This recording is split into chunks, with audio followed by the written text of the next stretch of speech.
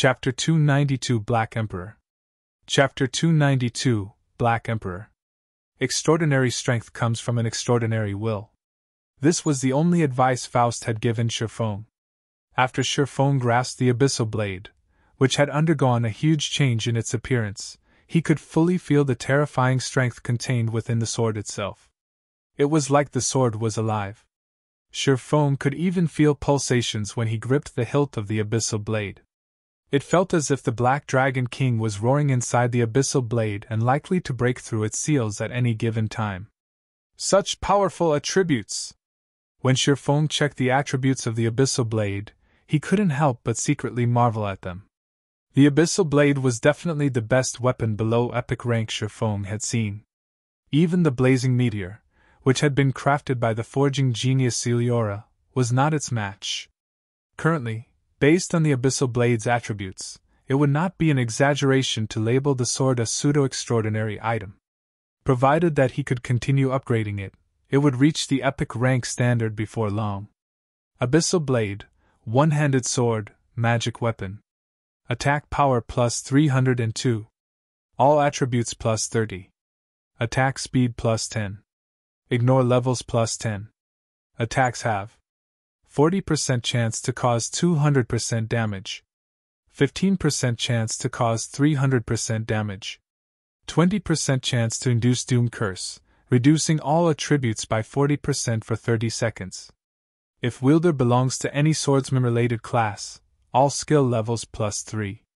Increase free ability points received for every increase in level by 2 points. Equipment level 20. Can be upgraded.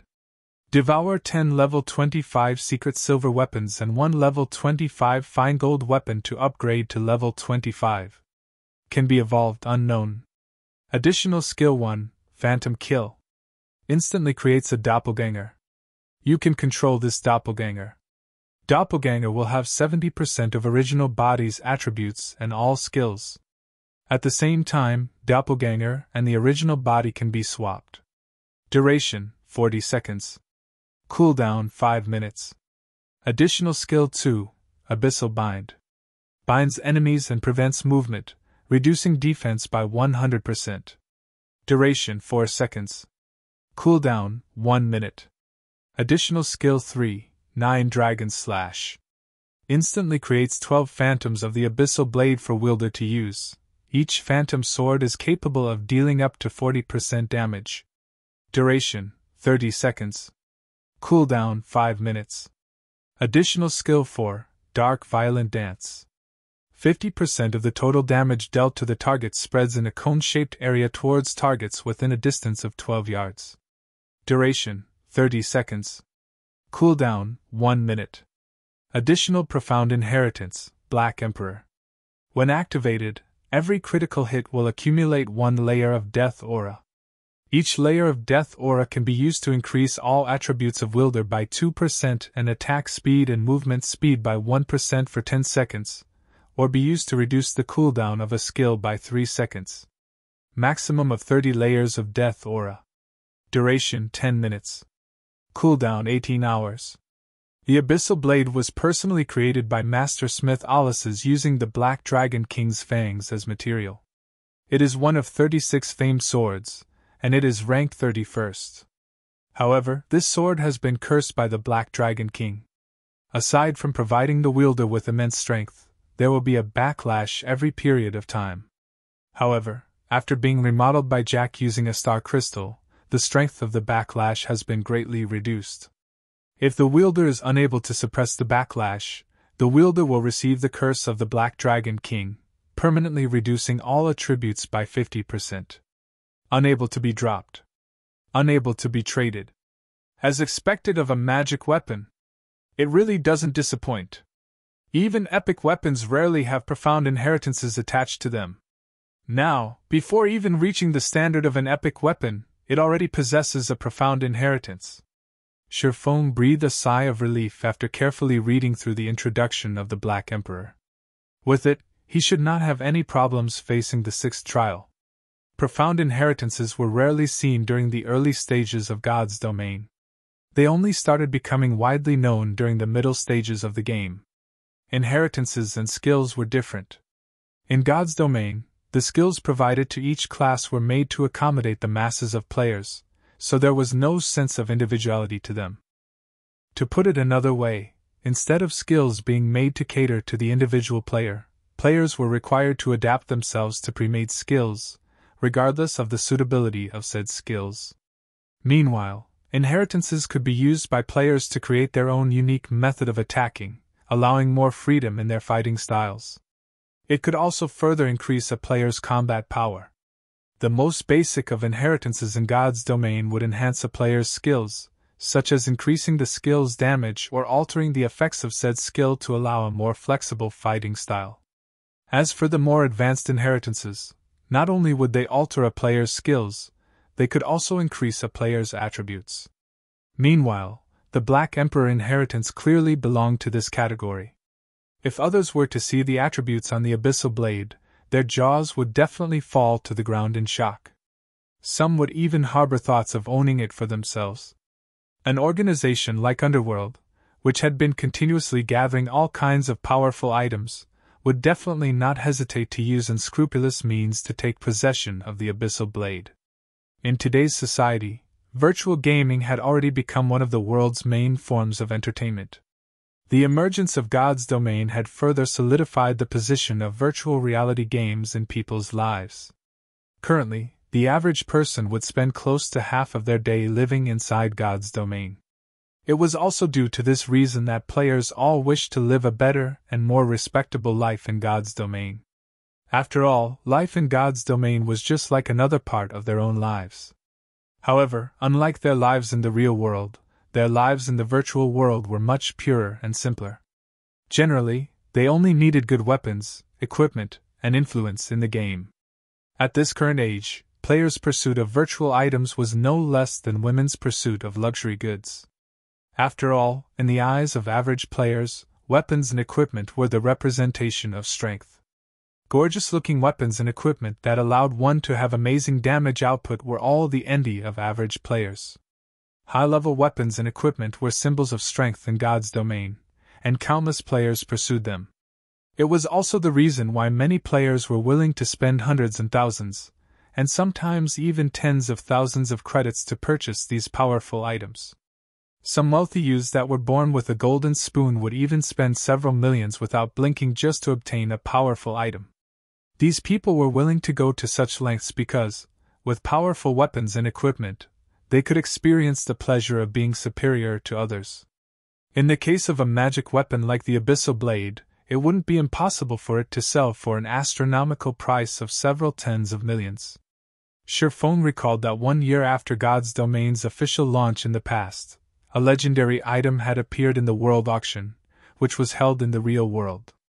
At that time, the legendary item had been sold off for 60 million credits. The price had thoroughly shocked the entire world. Shortly after the auction, however, the person who sold the legendary item immediately regretted that decision. There was only a limited number of legendary items throughout the entire God's domain, and every single one of them was considered a strategic weapon by guilds. Just by owning one, a player could easily get through their Tier 4 or even Tier 5 class promotions. Meanwhile, the value of a Tier 5 powerhouse could reach up to tens of billions of credits. The reason being, when a guild gave birth to a Tier 5 powerhouse, the guild would have the ability to conquer 2 or 3 additional cities that could each hold a population of several million people. Of course, the Abyssal Blade was still incapable of rivaling a legendary weapon at present. It wasn't even at the level of an epic weapon yet. However, it was what Sherphone currently needed the most. For Sherphone, several hundred points of additional attributes weren't as beneficial a powerful skill. And the Black Emperor inheritance just happened to fit the bill. Sherphone had learned many powerful skills. However, all of them possessed the same fatal weakness. All of them possessed explosive power, but none of them possessed any staying power. Maybe this weakness wouldn't be a problem when these skills were used inside a dungeon or against players with poor equipment. After all, when going against players with poor equipment, Sherphone did not even need to use up all the skills in his arsenal to finish them off. He could simply overwhelm them with superior attributes, and not even techniques would be required. Meanwhile, when inside dungeons, he would have MTs to tank the monsters at the front lines, healers to heal him from behind, and many other players to support him. He only needed to survive and wait for the cooldown of his skills to end before starting the next volley of attacks. But when fighting against monsters or players that were equal in strength with him, just a short burst of damage would not carry him to victory. Without sustainability, he would be trampled by his opponent after his short burst. Just take Absolute Heaven for example.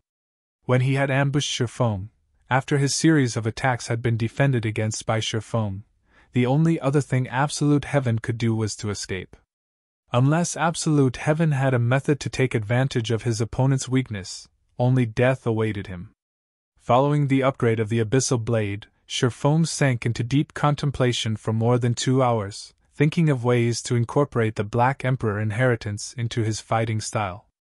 Now, he felt much more confident about clearing the 6th trial. Let's see what kind of monster is awaiting me in the 6th trial, then. Sherfone revealed a faint smile. Stretching his finger, he tapped yes on the system interface and started the next trial. Chapter 293 Balrog Serpent. Chapter 293 Balrog Serpent. Inside the Eternal Throne, the apex powerhouses of the War God's Temple were currently observing the situation inside the 12 trials, and they were all very shocked to discover that Sherfone actually wielded a magic weapon. What an amazing little guy! He isn't even a Tier 1 swordsman, yet he is actually able to master a magic weapon. Moreover, he has even released its power to such a degree.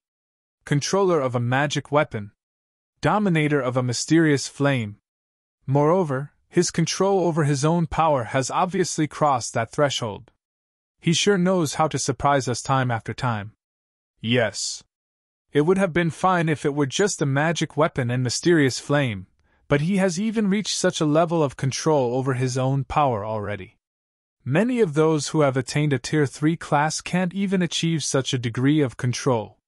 It seems he won't have any problems clearing the 6th trial. With such great potential hidden in him, if he had come to us a little later, he might have been able to clear even the 7th trial. Such a pity. The threshold these NPC big shots were referring to was simply one's ability to display 50% of one's own combat power. However, none of these NPCs knew that, in the past, Sherfone had once been a Tier 3 Sword King. Back then, Sherfone was capable of displaying up to 80% of his personal combat power. If not for his weak physique limiting his brain's development potential and also the quality of his own equipment being a problem, Sherfone would have long since been promoted to a Tier 4 Sword Emperor. This can't be helped. Who would have known the Endless Abyss would break the seals so quickly? There is no point feeling pity over the matter. We old folks should make some preparations for when the trial ends as well. Otherwise, we'll break our backs from overwork later. The Lords of the Silver Thrones unanimously acknowledged Sherfang's potential. However, in regard to Sherfang's managing to clear the 7th trial, they held no hope towards it at all. The reason being, it had been over a millennium since the 7th trial had been cleared. Inside the 12 trials, the stage for the 6th trial was a cave of lava similar to the Flame God's Cave. However, the fire-type mana here was far purer than in the Flame God's Cave. Sherfone currently stood inside this cave, and the molten hot lava around him was making bubbling sounds as it flowed through the cave. If Sherfone did not possess 20 points in fire resistance, allowing him a certain degree of immunity to heat, he would have long since been cooked by the scalding hot temperatures. Any average player that came here might already be half dead before they even started battling. Before Sherfone could fully observe the terrain inside the cave, a gigantic flame-covered snake over 20 meters long emerged from the molten lava. Balrog Serpent, Special Elite. Level 20. HP 150,000/150,000. Even if Sherfone did not know exactly how powerful this Balrog Serpent was, he had no doubt whatsoever that this serpent had a very high resistance towards fire-type attacks. Let's use you as a test for my new weapons. Sherfone revealed a faint smile as he unsheathed the Abyssal Blade and the Purgatory's Shadow. However, he did not directly charge at the Balrog Serpent, as that was something only an idiot would do. Before charging into battle, experts would first try to understand as much as they could about their opponent. Hence, Sherfong simply stood still and calmly observed the Balrog serpent's every action, familiarizing himself with the giant serpent's movement patterns. The Balrog serpent was also no idiot itself. It obviously knew that it was much stronger than Sherfong and that its HP was tens of times higher than Sherfang's as well. So, instead of giving Sherfong time to study it, the Balrog serpent immediately widened its mouth and sent fireballs flying one after another at Sherfong.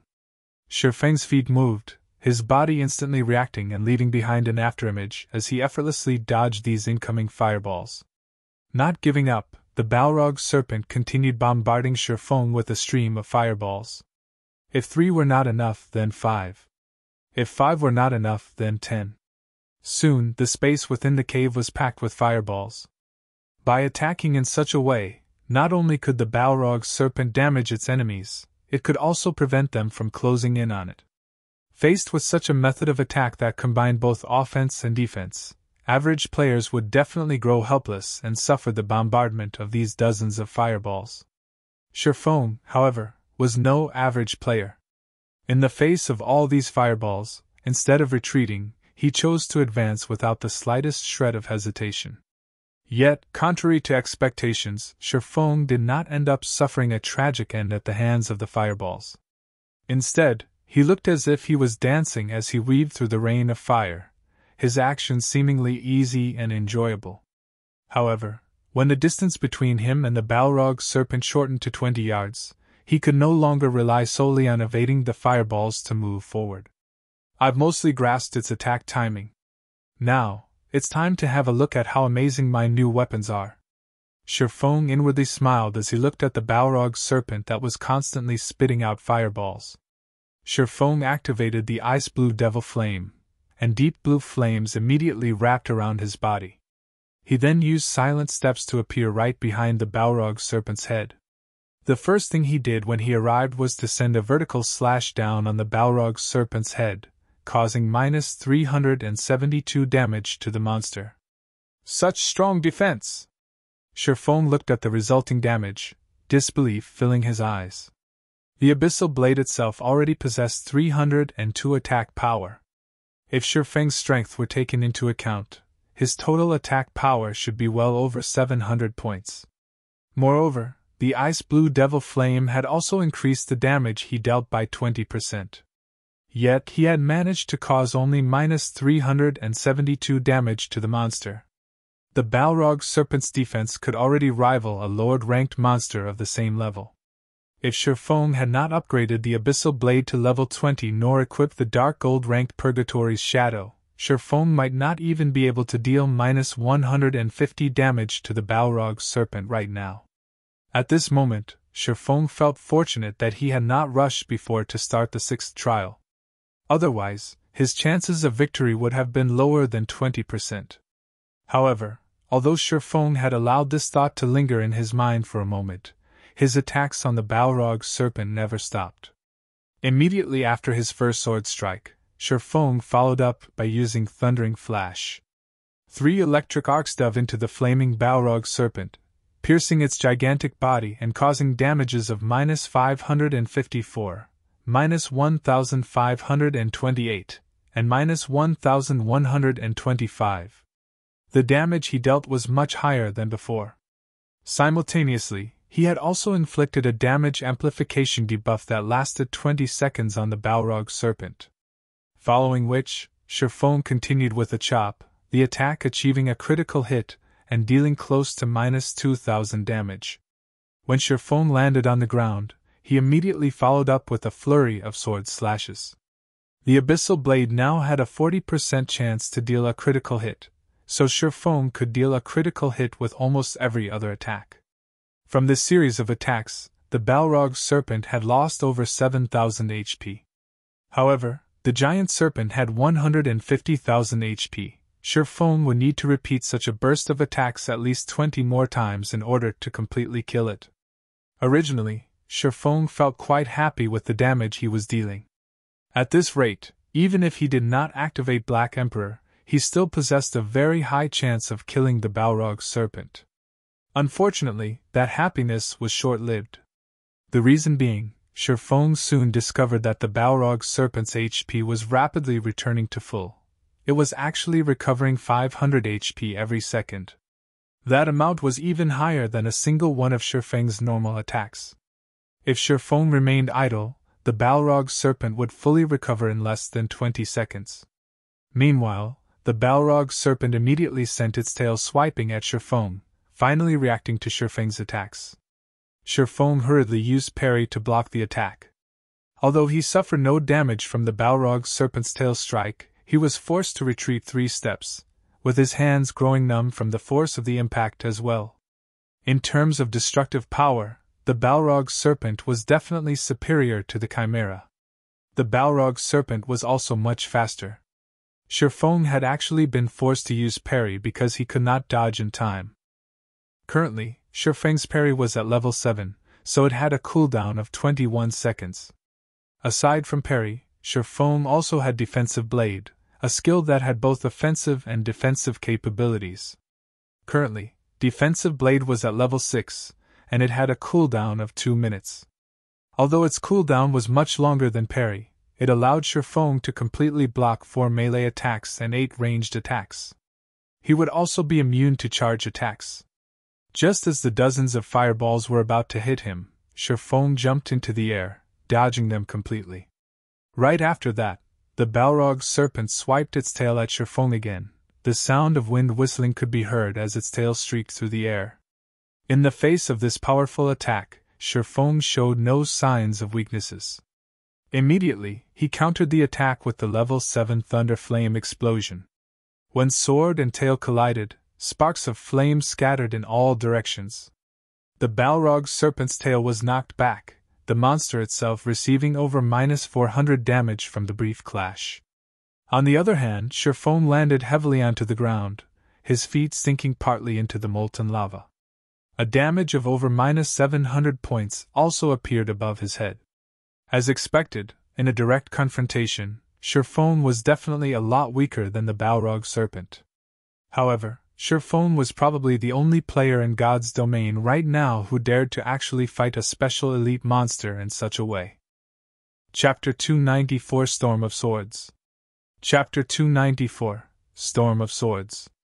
Although Sherfong lost against the Balrog Serpent in a direct confrontation, Thunder Flame Explosion, the skill he used, wasn't just a powerful destructive skill. It was also a control skill. However, the Balrog Serpent was a special elite monster. It possessed a degree of resistance towards control skills. Hence, the level 7 Thunder Flame Explosion, which would originally place enemies hit by it in a fainted state for 5 seconds, only managed to incapacitate the Balrog Serpent for 3.5 seconds. For average players, 3.5 seconds might not seem like a long time. For Sherfong, however, it was plenty of time.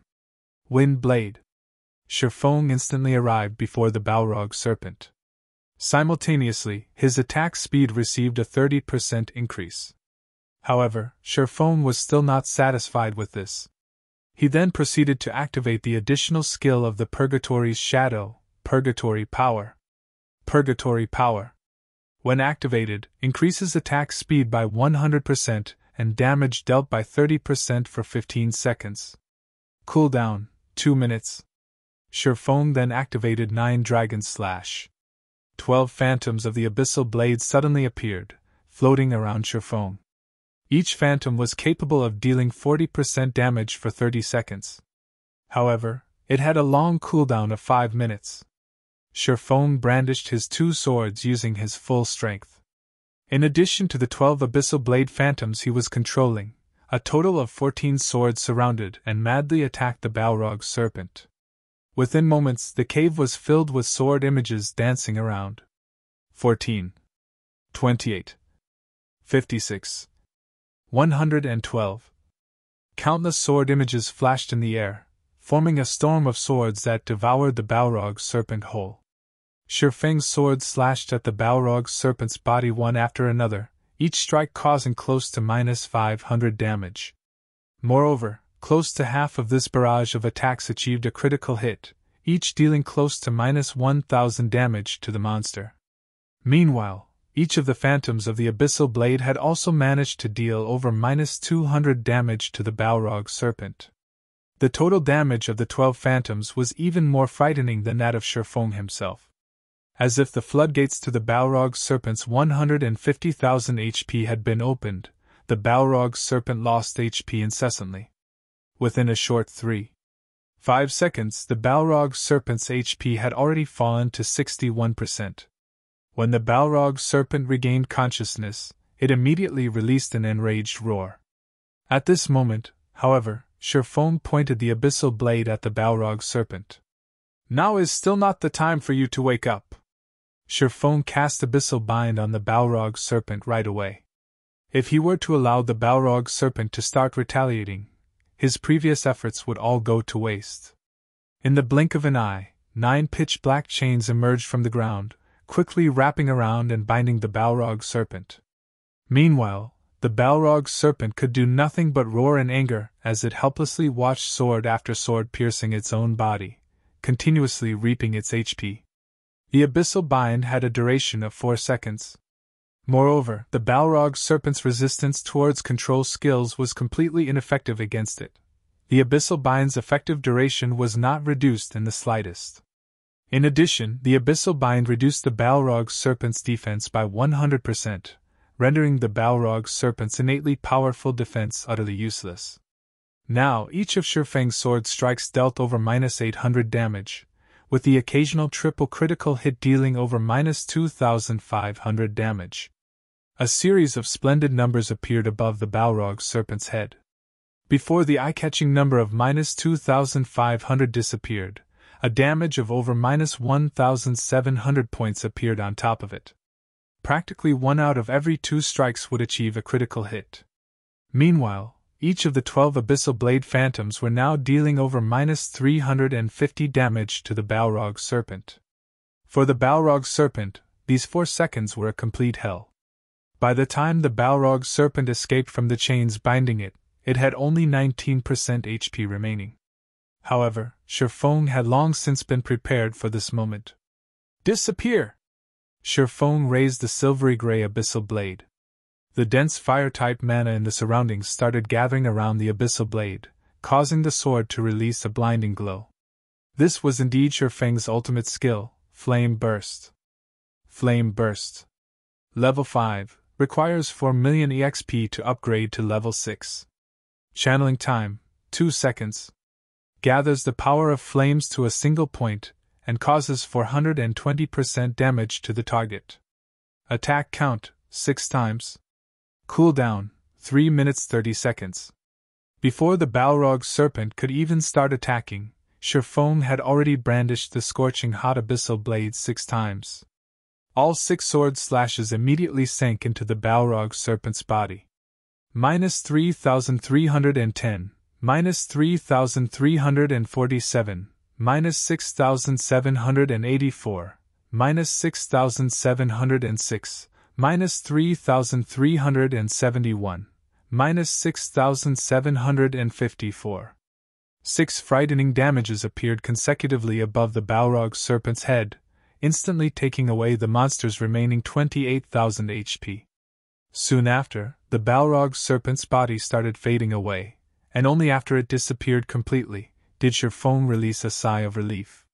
System: Balrog Serpent defeated. 6th trial completed.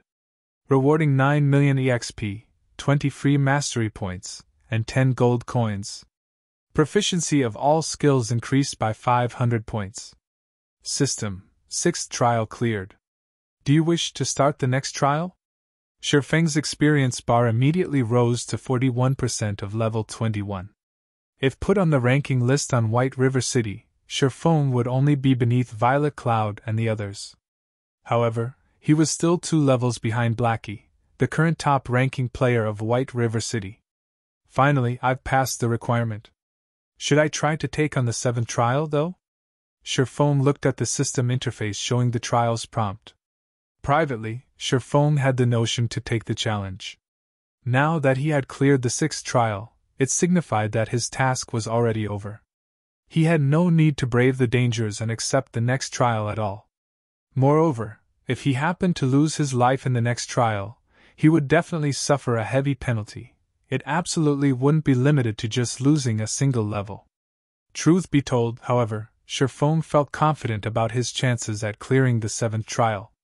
After all, he had not even unveiled the Black Emperor inheritance when he fought the Balrog Serpent. He definitely had the necessary strength to challenge the 7th trial. After clearing the 6th trial, Sherfone obtained an additional 1,600 merit points. If he were to clear the 7th trial, he could obtain another 3,200 merit points, bringing his total to 4,800 merit points. It would be enough points for him to exchange for an epic ranked item. Just the prospect of obtaining an epic ranked item made Sherfone feel that he should give it a try. Besides, Sherfone no longer had any burdens to carry, so why not give it a try? However, Sherfone was unsure of what kind of price he would have to pay if he were to suffer death. If it was only losing a single level, then Sherfone would gladly proceed to the 7th trial. However, Sherfone knew such an outcome was not likely. Just the penalty for not completing the Trial of Gods was already considered unbearable for players. Some players might even have to delete and restart their accounts due to the harsh penalties imposed.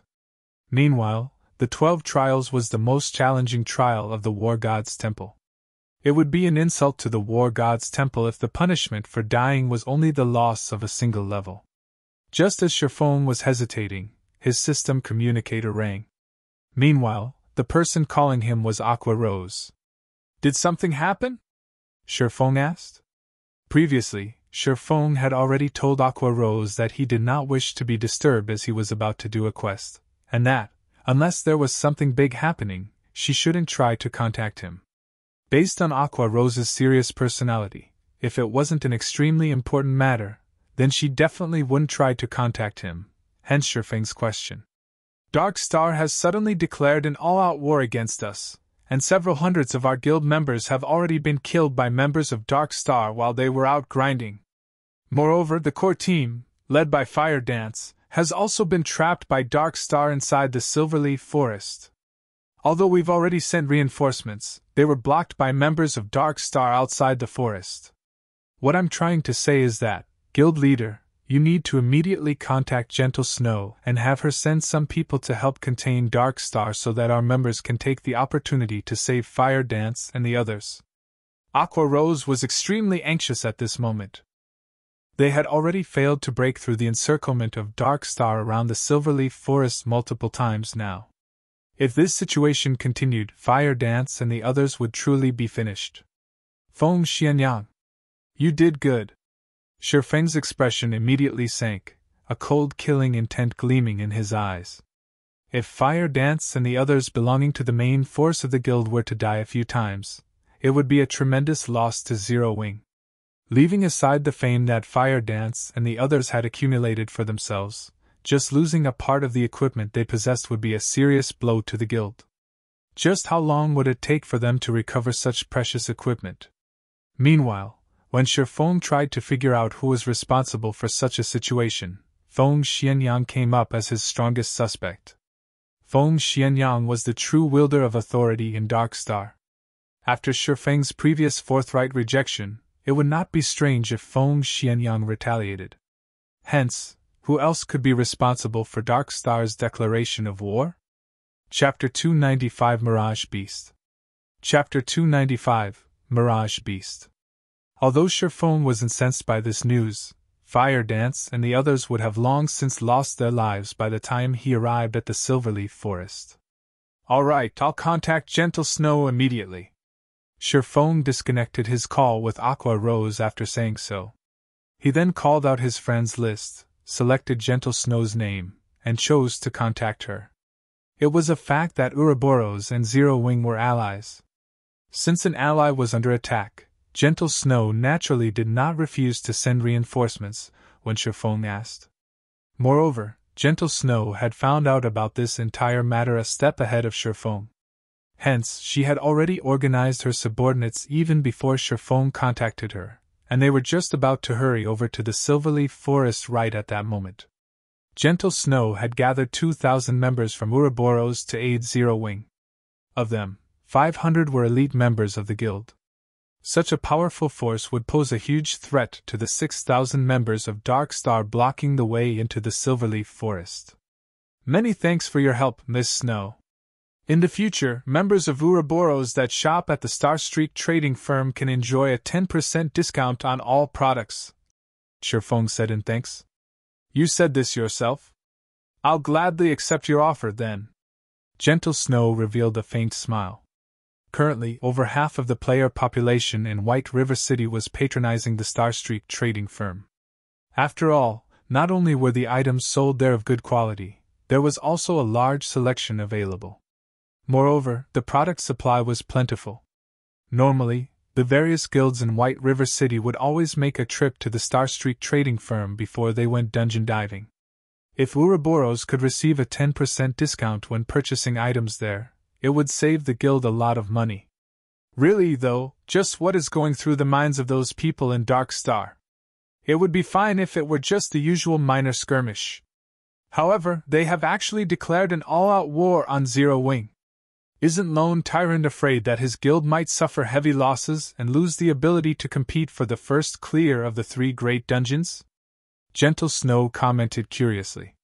The competition over the first clear of the 3 great dungeons had already reached its most crucial moment right now.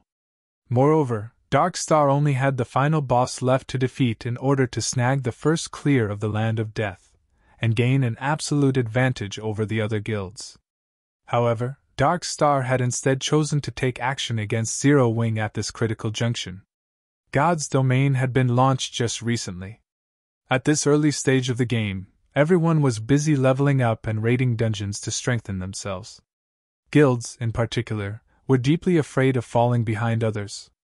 Even if conflict arose between guilds, both sides would usually choose to show restraint. After all, an all-out war between guilds would profit nobody. Worse, they might even get taken advantage of by a third party. If such a situation were to truly occur, then the damage to both guilds would grow even more massive. Hence, unless there was a huge disparity in strength between both sides, nobody would casually choose to start a war. Dark Star and Zero Wing were both among the top 6 guilds in White River City, so the difference in strength between the 2 guilds was not particularly wide. No matter how Gentle Snow looked at the situation, she could not figure out why Dark Star would choose to suddenly declare war. I am afraid that the one starting the war this time around isn't Lone Tyrant, but the organization that's backing him, Underworld, Sherfong said, laughing bitterly. Underworld! Gentle Snow couldn't help but wrinkle her eyebrows at this revelation. So that's how it is. I've been wondering how Dark Star had managed to suddenly obtain so many experts. It turns out the mysterious power supporting Dark Star is Underworld. However, how did you manage to find out about this?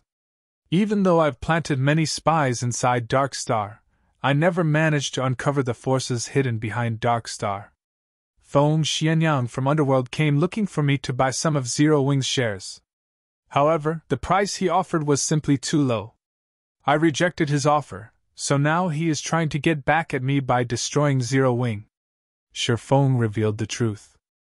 Gentle Snow immediately understood the situation after listening to Sherfeng's words.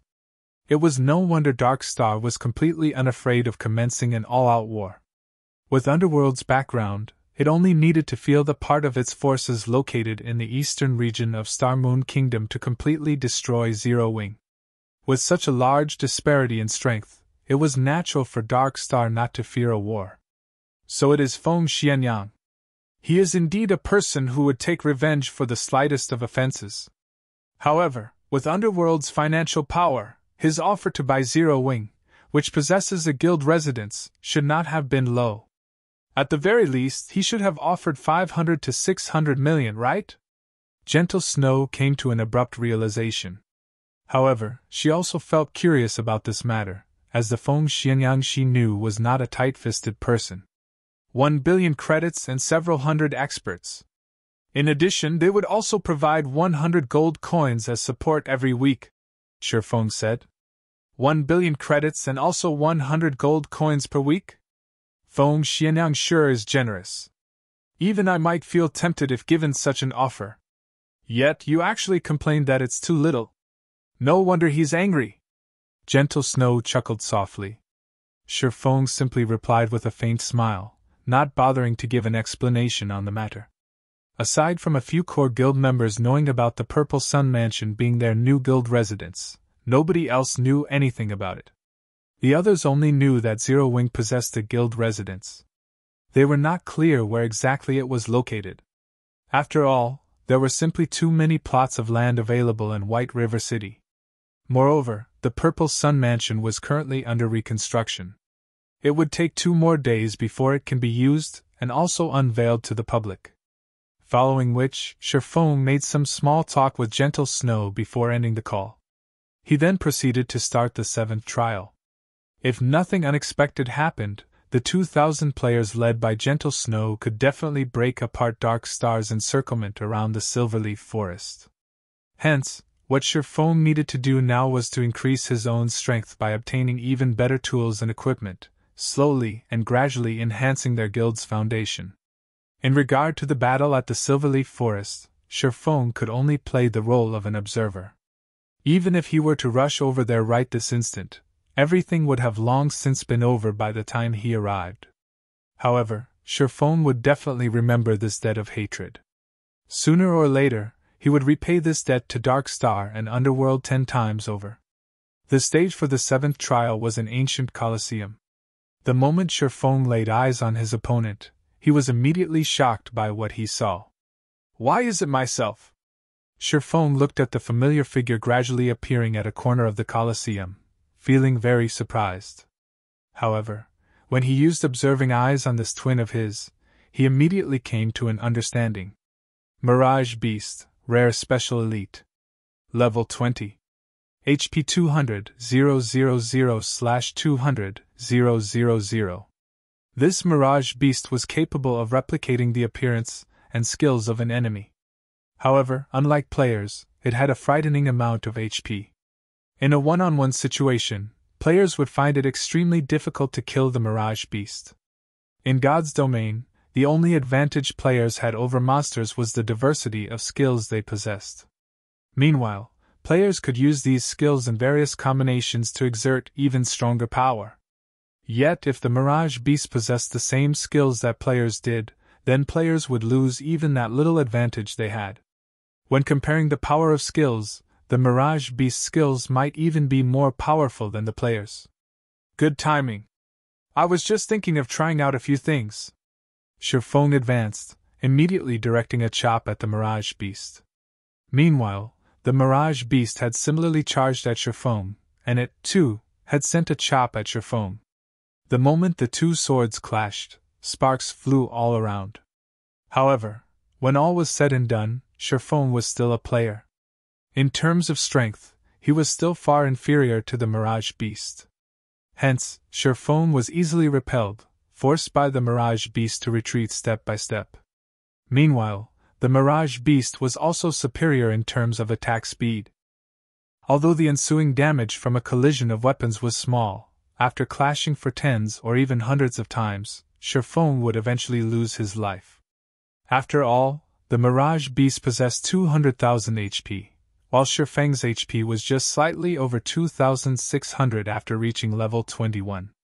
Moreover, Sherfong was receiving more damage than the Mirage Beast from their exchanges. Not to mention, both sides were also executing various skills. When Sherfong used Thundering Flash, the Mirage Beast would activate Windwalk to dodge the attack. It would then counter with a Thundering Flash of its own. Knowing that he could not receive the attack directly, Sherfong, too, activated Windwalk to dodge.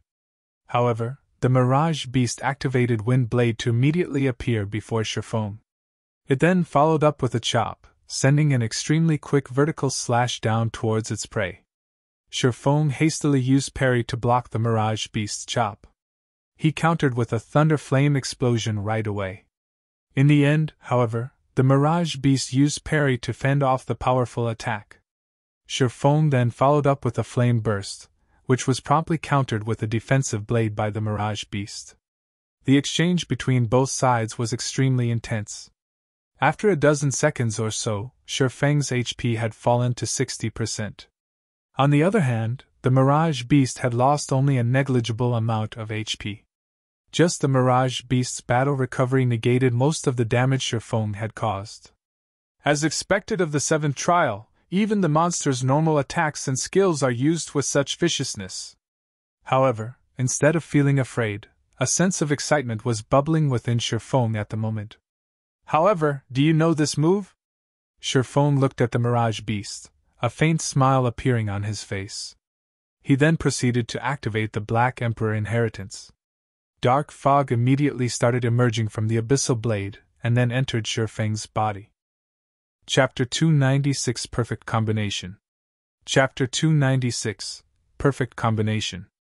Although the Mirage Beast was capable of duplicating a player's every skill, Feng had already obtained a clear understanding of the Mirage Beast during this short period of time.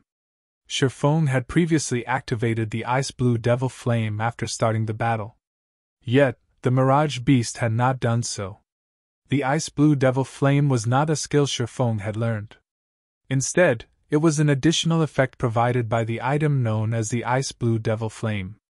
Hence, Feng could say with certainty that the Mirage Beast was incapable of duplicating the additional skills of a player's equipment. The moment the dark fog, which emanated from the abyssal blade, started permeating Feng's body, a faint silvery gray aura of death emerged on the surface of his body. Immediately, he charged at the Mirage Beast, while simultaneously activating 9 Dragon Slash. The 12 abyssal blade phantoms promptly started attacking the Mirage Beast the moment they came into existence. When the Mirage Beast saw the 12 phantoms striking at it, it cleverly chose not to block them. Instead, it bombarded Feng with a thunder flame explosion. As long as Feng died, the 12 abyssal blade phantoms would naturally disappear along with him. Seeing the Mirage Beast's actions, Feng simply revealed a calm smile. Rather than dodge the attack, however, Feng chose to activate Defensive Blade and proceeded to assault the Mirage Beast's vital point. Defensive Blade provided Feng with complete immunity to 4 melee attacks. He could simply allow the Mirage Beast's attack to connect without needing to defend using his sword at all. Meanwhile, Feng's twin swords had also landed on the Mirage Beast's body. Previously, in order to block Feng's thunder flame explosion, the Mirage Beast had used up its own defensive blade. Hence, it had no choice but to endure Feng's attacks right now. Feng took this chance to make 7 consecutive slashes on the Mirage Beast's body. His normal attacks caused over -500 damage, while critical hits dealt over -1000 damage. Meanwhile, each of the abyssal blade phantoms could also inflict over -200 damage. Out of the 7 sword strikes Feng landed on the Mirage Beast, 4 achieved a critical hit. Coupling those sword strikes with the attacks of the abyssal blade phantoms, Feng dealt over -7000 damage within this brief moment. It was a very impressive amount of damage. However, the Mirage Beast, which had taken on Feng's appearance, simply gave Feng a smile of disdain. The Mirage Beast looked as if it was saying, "This is your limit." The Mirage Beast had 200,000 HP, so -7000 damage was only a scratch to it. It would be perfectly fine again once it rubbed some spit on its wounds. On the other hand, now that Feng no longer possessed any life-saving skills, only death awaited him. A high HP is really a great asset. Feng sighed when he looked at the Mirage Beast's HP bar. In the next moment, though, Feng revealed a smile, saying, "However, you are still 10 years too early if you think you can overpower me just with this asset of yours alone." Feng activated the Purgatory Shadow's additional skill, Purgatory Power, increasing his attack speed by 100% and damage by 30% for 15 seconds. Feng then pointed the Abyssal Blade at the Mirage Beast charging at him. Abyssal Bind. 9 chilling chains instantly emerged from the ground, wrapping around and restraining the Mirage Beast. Abyssal Bind had a duration of 4 seconds. Despite being sealed, however, the Mirage Beast showed no signs of panic at all. It did not even try to resist in the slightest. Instead, it revealed a mocking expression as it looked at Feng, as if telling Feng to slash it as much as he wanted to. Previously, Sherfong had only managed to take away around 7,000 of its HP after attacking it for slightly over a second. Even if the Mirage Beast allowed Sherfong free reign for 4 full seconds, the most it would lose was around 30,000 HP. That was not even a quarter of its total HP. Moreover, after Sherfong exhausted all his skills, he would also lose his means of dealing bursts of damage. With neither life-saving skills nor bursting skills, the end result was obvious. Hence, the Mirage Beast felt very assured of its victory. Since the very beginning, this human never had a chance of defeating it. However, the Mirage Beast quickly discovered that reality was much crueler than fantasy. The Abyssal Bind indeed had a duration of only 4 seconds. However, the skill also possessed the effect of reducing its target's defense by 100%, and this allowed Sherfang's damage to abruptly soar. Now each of Sherfang's normal attacks could deal over -700 damage. Miraculously, one of his attacks even triggered the Doom Curse, one of the Abyssal Blade's effects. Instantly, the Mirage Beast had its attributes reduced by 30%, and its maximum HP fell from 200,000 to 140,000. Engulfed by the Storm of Swords, the Mirage Beast's HP fell crazily. Sherfong also achieved critical hits with his attacks one after another, stacking layer upon layer of death aura around his body. In this situation, the 9 Dragon Slash could be said to be a perfect match for the Black Emperor inheritance. After activating the 9 Dragon Slash, Sherfong would not be lacking in death auras at all. Before the 4 seconds were up, the Mirage Beast's HP had already gone below the 70% threshold. Just as the Abyssal Bind was about to lose effect, and the Mirage Beast was about to regain its freedom, Sherfong abruptly leaped into the air and switched sword techniques. Simultaneously, he used 10 of the 30 layers of death aura he had accumulated to reduce the Thunder Flame Explosion's cooldown. The level 7 Thunder Flame Explosion had a cooldown of 30 seconds. Meanwhile, each layer of death aura could reduce a skill's cooldown by 3 seconds. After using 10 layers of death aura, Thunder Flame Explosion could be used again. However, Sherfong was still not done. He then used the remaining 20 layers of death aura on himself, instantly increasing all his basic attributes by 40%, and attack speed and movement speed by 20% for 10 seconds. After receiving this new buff, Sherfong executed Thunder Flame Explosion, bombarding the Mirage Beast's head and sending sparks of flame flying all around. A damage of over -1,300 points appeared above the Mirage Beast's head, and the monster was placed into a fainted state for 3 seconds. Unless a monster was completely immune to control skills, powerful experts could usually restrain said monster continuously until death. Meanwhile, it was obvious that the monsters were not completely immune to control skills. They simply had a certain degree of resistance that would degrade the effects of control skills. Otherwise, it would truly be impossible for players to clear the 12 trials. Nevertheless, Sherfong was very clear about his own situation. Currently, as his level was still low and the number of skills he had learned was few, he only possessed explosive power but no staying power. After his short burst, if his enemy wasn't dead, the only options left for him were either to die or to flee. At present, Sherfong still had many gaps to fill in terms of the skills he had learned. However, the Black Emperor inheritance just happened to be able to fill these gaps, allowing him to create a perfect cycle with his skills. Without the Black Emperor inheritance, Sherfong would not have dared to challenge the 7th trial at all. The only pity was that the effects of the Black Emperor inheritance could only be used on the skills Sherfong had personally learned. It could not be used on the additional skills that came with equipment or weapons. If it were actually possible to do so, it would simply be too overpowered. Throughout the fainted debuff's 3-second duration, Sherfong had not only dealt a ton of damage himself, he had also managed to collect over 20 layers of death aura, thanks to the 9 Dragon Slash. When the Mirage Beast was about to regain consciousness, Sherfong spent another 10 layers of death aura to reset the cooldown of Thunder Flame Explosion, before promptly using it on the Mirage Beast again. This time, however, the fainted debuff of Thunder Flame Explosion was less effective on the Mirage Beast. The debuff's duration was less than 3 seconds now. However, Sherfong did not care about this matter, because at this time, he was drowning in the pleasure he felt from brandishing his 2 swords. He felt that this was the true combat method a swordsman should have, and it was a combat method he had always been pursuing.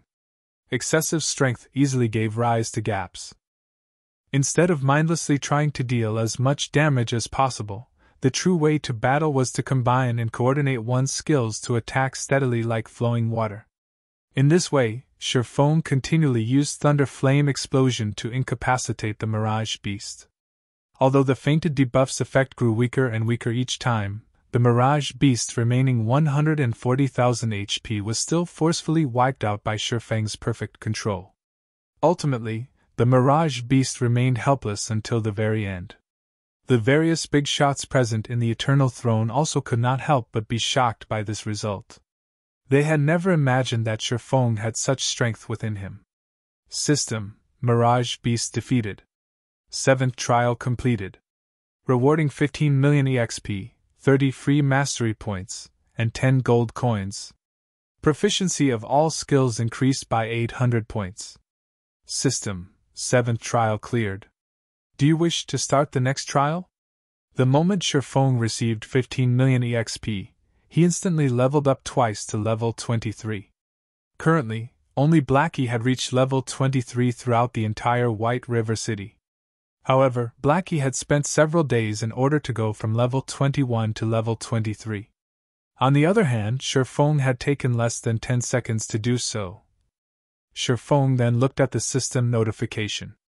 Although his heart was filled with anticipation towards the 8th trial, he still shook his head, thinking to himself, one needs to know when to stop. With the points I've earned, I can already exchange for an epic ranked item. If I were to choose to continue, I would no longer be an expert but a gambler. The 12 trials was the toughest trial of the War God's Temple. The difficulty of the trials would definitely multiply severalfold the further he went.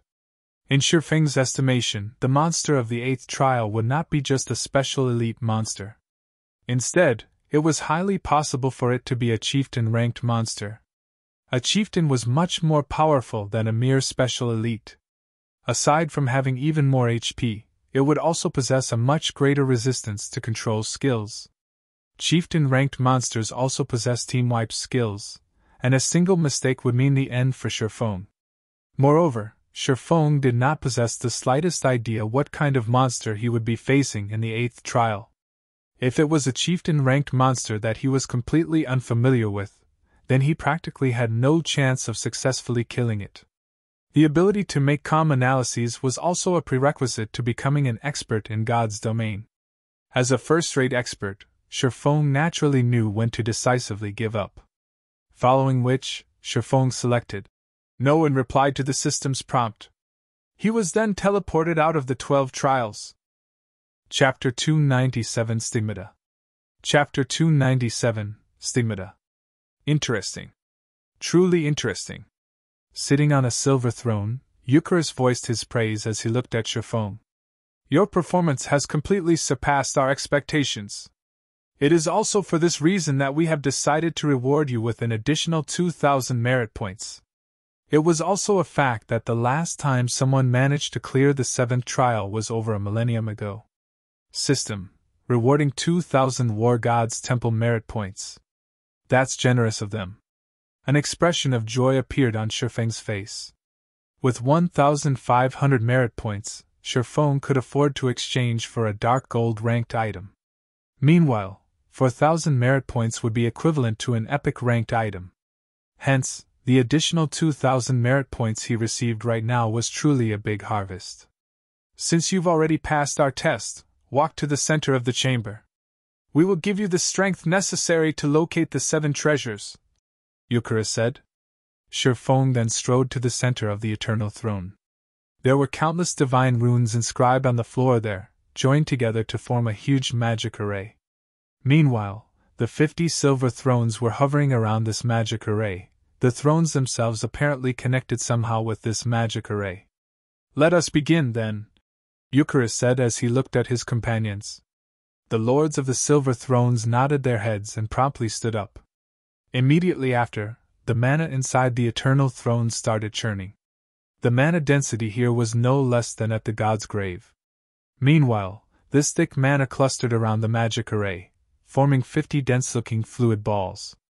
Each one of these fluid balls was the size of a basin.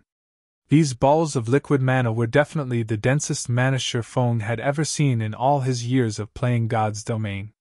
At this time, Eucharis had also turned his head to look at one of the lords of the Golden Thrones. "My lord, the preparations are completed," Eucharis said respectfully. "It is still not enough," the phantom sitting in the Golden Throne said in a low tone. Eucharis was confused by these words. The liquid mana they had formed was several hundred times more precious than even 7 luminaries crystals, and each and every drop had taken the 50 of them great efforts to form, not to mention 50 basin-sized liquid mana. Such an amount of liquid mana was more than enough to cast a silver stigmata. "It is rare to find good talent. Let us lend a hand as well," the phantom sitting in a golden throne said to his 8 other companions. "Very well then. A person capable of passing the 7th trial is indeed worthy of the 9 of us taking action."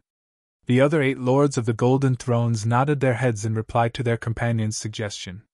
They then stood from their seats, floating in midair as they started to condense mana as well. In the blink of an eye, 9 house-sized balls of liquid mana appeared in the air above the thrones in the Eternal Throne. Eucharis and the others were shocked by this sight. Never would they have imagined that these 9 lords would actually take action and work together to cast the stigmata for a minor existence like Sherfong. This was the first time since the appearance of that absolute genius thousands of years ago. As for Sherfong, at this moment, he could no longer keep his mouth closed. In regard to liquid mana, Sherfong had seen this item before in the past. Mages considered it a priceless treasure. Even when offered epic-ranked items in trade, mage players would not be willing to part with the liquid mana they possessed. Just the basin-sized balls of liquid mana that each of the lords of the Silver Thrones had formed had already given Sherfong a great shock. Now, the 9 peerless existences floating in front of the Golden Thrones had actually managed to each form a house-sized ball of liquid mana. Judging based on sizes, the total liquid mana summoned by the 50 people from before did not amount to even 1/10 of a single house. In the next moment, all of the liquid mana summoned was injected into the magic array. The divine runes engraved into the chamber started lighting up one after another, and within moments, every single divine rune inside the grand chamber was giving off a golden glow. In the center of the Eternal Throne, a golden divine pattern took form. This divine pattern then melded with Sherfeng's body. Sherfong immediately felt his body being filled up with an infinite amount of power, his mind clear as day, as if he knew everything there was to know in the world. However, this feeling only lasted for a few short seconds before it completely dissipated.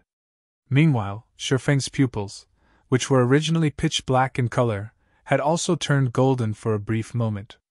Although his pupils regained their original color, careful observation would reveal innumerable bright stars flashing within them, looking just like the starry skies at night. System: congratulations. Player has obtained Golden Stigmata. Reputation with the War God's Temple increased by 3,000 points. The seal on the Endless Abyss has been broken. If we wish to reseal the Endless Abyss, we need the assistance of the 7 treasures, which the gods had bestowed upon the human race. However, the 7 treasures have been missing for hundreds of years now, scattered throughout this large continent. A few of these 7 treasures have even been damaged. It would be extremely difficult to locate and gather the 7 treasures. However, with the stigmata that we have engraved into your body, your task of locating the 7 treasures should become much easier.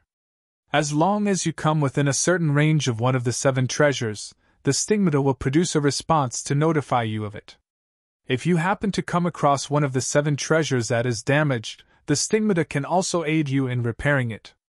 Now that our part here is done, we will move to suppress the Endless Abyss. The fate of the entire continent will depend on you now. I pray that you will be able to gather the 7 treasures as soon as possible. System: Legendary Ranked Main Storyline Quest. 7 treasures. Accepted. Quest details: The 7 treasures have been scattered throughout the continent.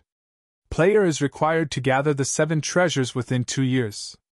Otherwise, the endless abyss will break through the War God's temple's suppression and plunge all inhabitants of God's domain into misery and suffering, turning the continent into the playground of darkness. If player is unable to complete this quest, player's level will drop by 30, all attributes will be permanently reduced by 70%, and all EXP gained will be reduced by 90%. The system really is ruthless. If I can't complete this quest, this account would definitely have to be scrapped. Fortunately, I have 2 years to complete it. Sherfong inwardly clicked his tongue when he read the system notification. However, just what is this stigmata thing? Sherfong wondered as there was nothing new on his body, or in his bag. He then opened his status bar to take a look. As expected, there was an additional column labeled Stigmata. There. Golden Stigmata. Automatically perceives the presence of the 7 treasures within a radius of 5,000 yards. Detect can be used once a day to search for the specific location of the 7 treasures within a radius of 50,000 yards. In addition, player will receive Stigmata's power, providing player with ignore levels plus 20 and all resistances plus 40. For every increase in 5 levels, all attributes of player will increase by 5 points, in addition to receiving 10 free attribute points and 10 free mastery points. Player will also receive the skill Omniscient Eyes. Omniscient Eyes. A pair of eyes that can see through everything and find out all information. Nothing is capable of hiding from the Omniscient Eyes. The Omniscient Eyes have a perception range of 100 yards. Duration 1 minute. Cooldown 10 minutes. Such amazing effects. Sherfang's excitement after looking at the effects of the golden stigmata was indescribable. For starters, the additional 40 points in all resistances meant that he could ignore most of the environmental factors of many terrains. He would also receive reduced damage from spells.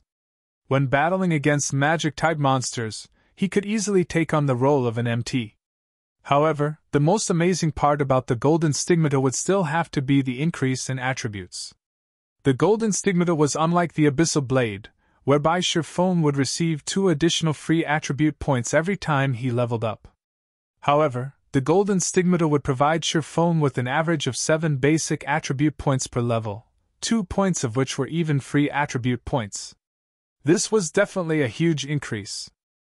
Moreover, the golden stigmata also provided Sherfong with a powerful identification skill.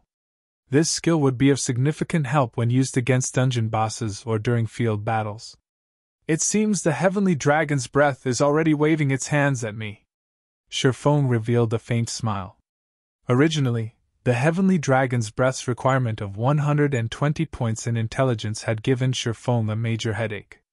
Now, however, with the bonuses provided by the golden stigmata and his magic weapon, as long as he received his promotion to a Tier 1 swordsman, he could definitely equip the heavenly dragon's breath before he reached level 30.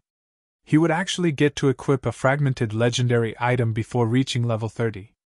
If it were in the past, Sherfong would not even have dared to dream about it.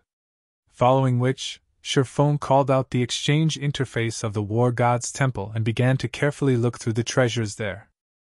Chapter 298 Deep Pockets. Chapter 298 Deep Pockets. Previously, Sherfong had focused his attention purely on clearing the trials. Even when he upgraded the Abyssal Blade to level 20, he had only picked out a random level 20 dark gold weapon. The War God's Temple was one of the strongest powers in God's domain. This was a fact that remained true from ancient times up to the present.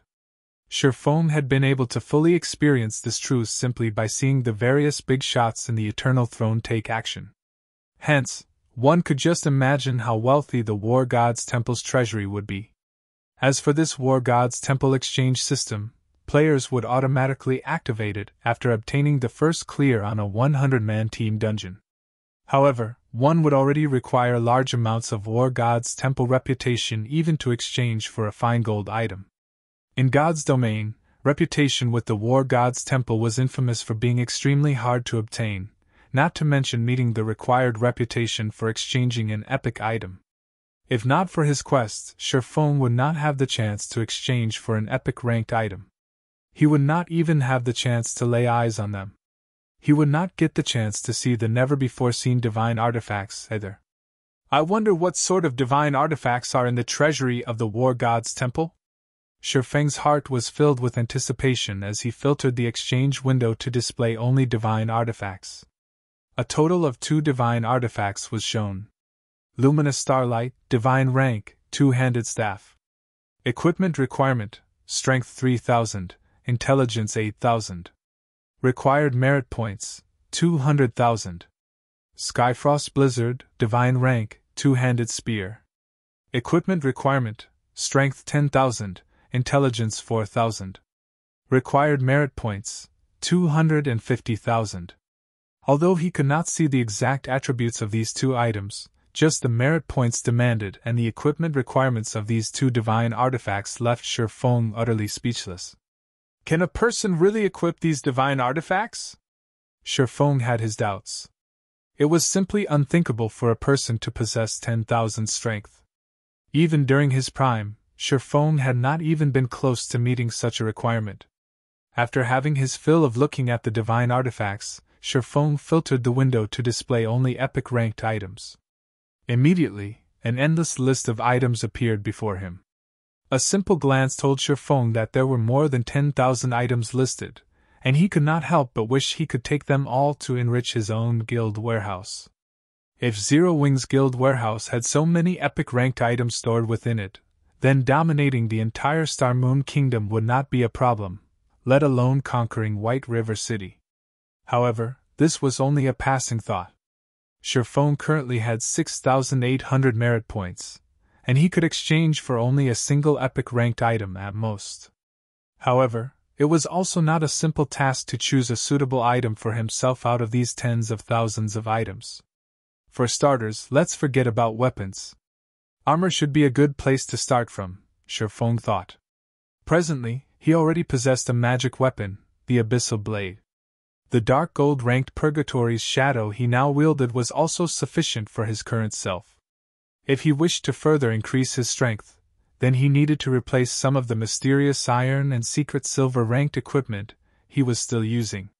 Yet, when Sherfong looked at the long list of equipment, his mind was racked with indecision. However, Sherfong still managed to pick out a few good breastplates that caught his fancy. Not only did these breastplates offer large amounts of strength and agility, some even provided additional intelligence, an attribute that Sherfong was currently in need of. Meanwhile, the usage levels for these breastplates ranged between level 20 to level 80, and they all were epic equipment that could level up to level 100. One of these breastplates was called the Purple Fire Battle Armor, and it required 5,000 merit points. It was a breastplate that mainly focused on the strength attribute, in addition to providing a certain amount of intelligence. The other one was called Merciless and required 5,300 merit points.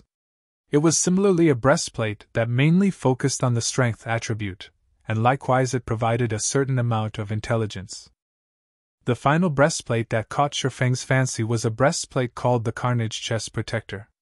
It required 6,000 merit points to exchange for, and it provided a balanced amount of strength, agility, and intelligence.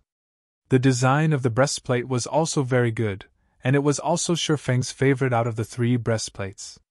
However, if he were to exchange for the Carnage Chest Protector, he would not be able to do much with his remaining merit points. Let's take a look at some other items for now. After some contemplation, Sherfong filtered the exchange window to display ornaments that had a minimum equipment requirement of level 20. The merit points of the War God's temple were extremely precious, so he needed to be extra careful when spending them. After browsing through the list for some time, Sherfong suddenly discovered an item he was extremely familiar with. Space Ring. However, instead of being of mysterious iron rank, this space ring was of epic rank. It was capable of storing up to 2,000 slots of items and cost 4,500 merit points. However, it would simply be a luxury to spend 4,500 merit points on this item, and Sherfong was definitely not willing to waste his precious merit points to purchase it. Ah? Isn't this the ring mentioned in the legends? Why is it categorized under epic ranked items? Sherfong noticed another ring he was familiar with. 7 Luminaries Ring. Sherfong had done his fair share of research on the history of God's domain during his past life. The 7 Luminaries Ring was a ring crafted by one of the ancient gods, the Twilight Goddess. 7 formidable powers were sealed inside this ring, and each one of these 7 powers could match the power of a god. Meanwhile, the 7 Luminaries Ring allowed the simultaneous use of these 7 powers. Even a mere mortal would have the power to destroy heaven and earth when equipped with this ring. Rumor had it that the legendary god Slayer possessed the 7 Luminaries Ring, and it was precisely because of this ring that he had the power to kill gods. Is it a replica? Sherfong did not believe that the war god's temple possessed the real 7 Luminaries Ring. The reason being, an epic ranked item would not be powerful enough to decimate heaven and earth. Even a divine artifact did not have that strength. According to Sherfeng's understanding, the 7 Luminaries Ring was a true godly relic. However, even a replica was an extremely rare find. To put it bluntly, replicas were weaker copies of the real deal. Although the replica 7 Luminaries Ring would not possess the power to decimate heaven and earth, at the very least, it could still be used to beat some tigers and kill some wolves. It should still have the original features, albeit greatly watered-down versions of them. Sherfong then looked at the merit points required, discovering that the ring actually cost 8,000 merit points. It was worth almost half of a fragmented legendary item. Are you kidding me? Is this the brand effect? Sherfong couldn't help but inwardly curse the war god's temple. It was simply a replica. The other epic ranked rings only cost 6,000 points, at most, so on what basis would a replica be worth 8,000 points? 8,000 merit points. It seems I won't be able to exchange for it. Sherfong sighed. Although he coveted the 7 Luminaries Ring greatly, he had only 6,800 merit points. Following which, after taking his time looking through the myriad items, he still did not find anything that he fancied. Ultimately, he ended up choosing the Carnage Chest Protector.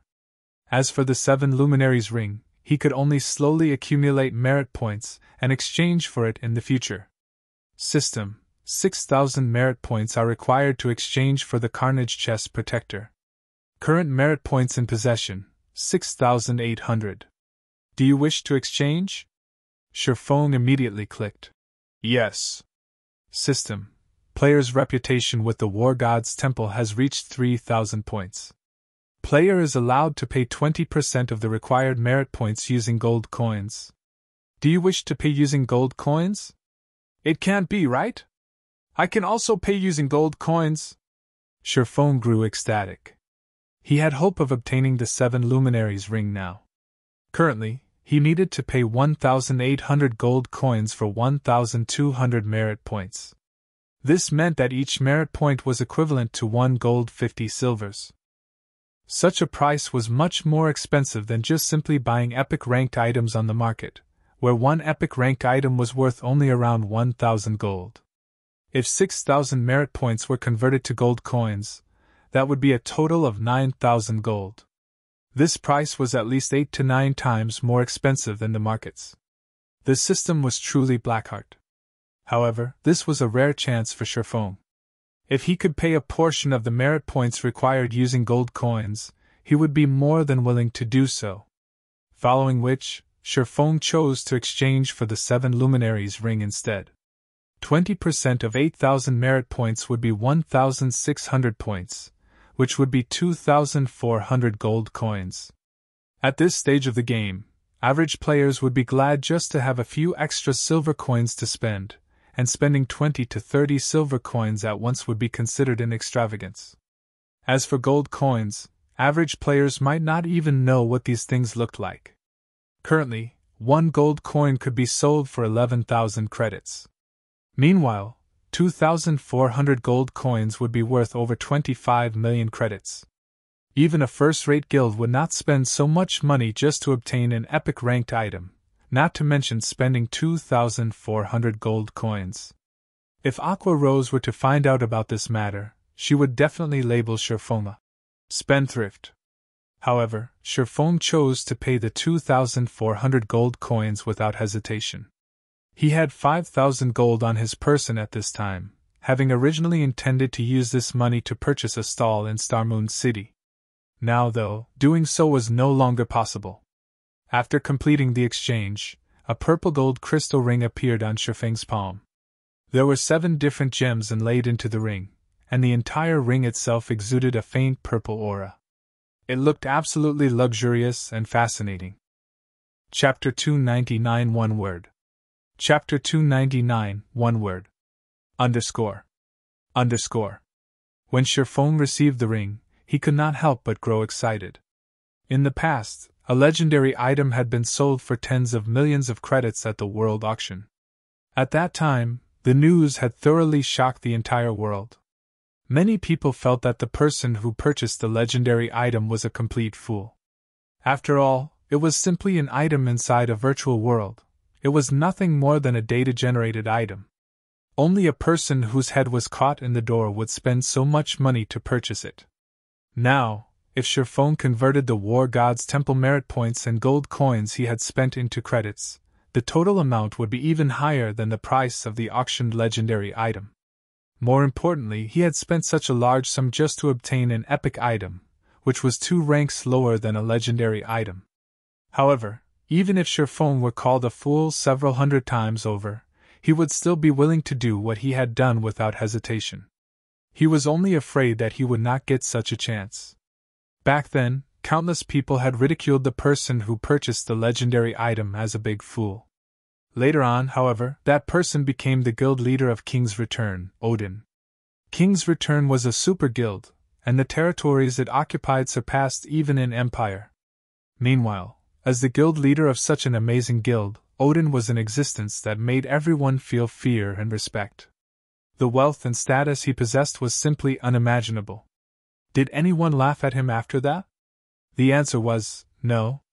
Instead, the target of people's ridicule shifted to the fool who had sold the legendary item in the first place. At that time, not to mention several tens of million, even if traded using a city with a population of several millions, it would still have been a losing transaction. Meanwhile, the 7 Luminaries ring was a godly relic mentioned in legends. Although the one Sherfone had was only a replica, replicas could still be divided into different categories. If one took a replica of a fine gold item and a replica of an epic item and placed them side by side, without even making an in-depth comparison, one could already tell which one was the better item. After all, there was already a huge gap between the calibers of the 2 items. Moreover, the higher the quality of the target of replication, the greater the difficulty in replicating it. One could not produce a replica simply by wishing for it. The difficulty of producing an epic item that was the replica of a godly relic was much higher than simply producing a normal epic item. The difficulty of doing so might even rival the difficulty of producing a legendary item. The person who produced this ring must be a truly amazing forging sage. If the materials and energy used were of higher quality, the final product might even have become a legendary item. Sherfone was a forger himself, so he naturally could tell just how amazing the forger that managed to produce this 7 Luminaries ring was. The replica of a godly relic would definitely not have been easy to produce. Even a Grand Master forger would not be able to produce one. It would only be possible for a forging sage. 7 Luminaries ring, replica, ring, epic rank. Level 20, level 80, current level, 23. Equipment requirement, strength 200. Attributes will be adjusted according to user's level. Strength plus 45, agility plus 35, intelligence plus 35, endurance plus 30, vitality plus 30. Damage plus 10%. Maximum HP plus 15%.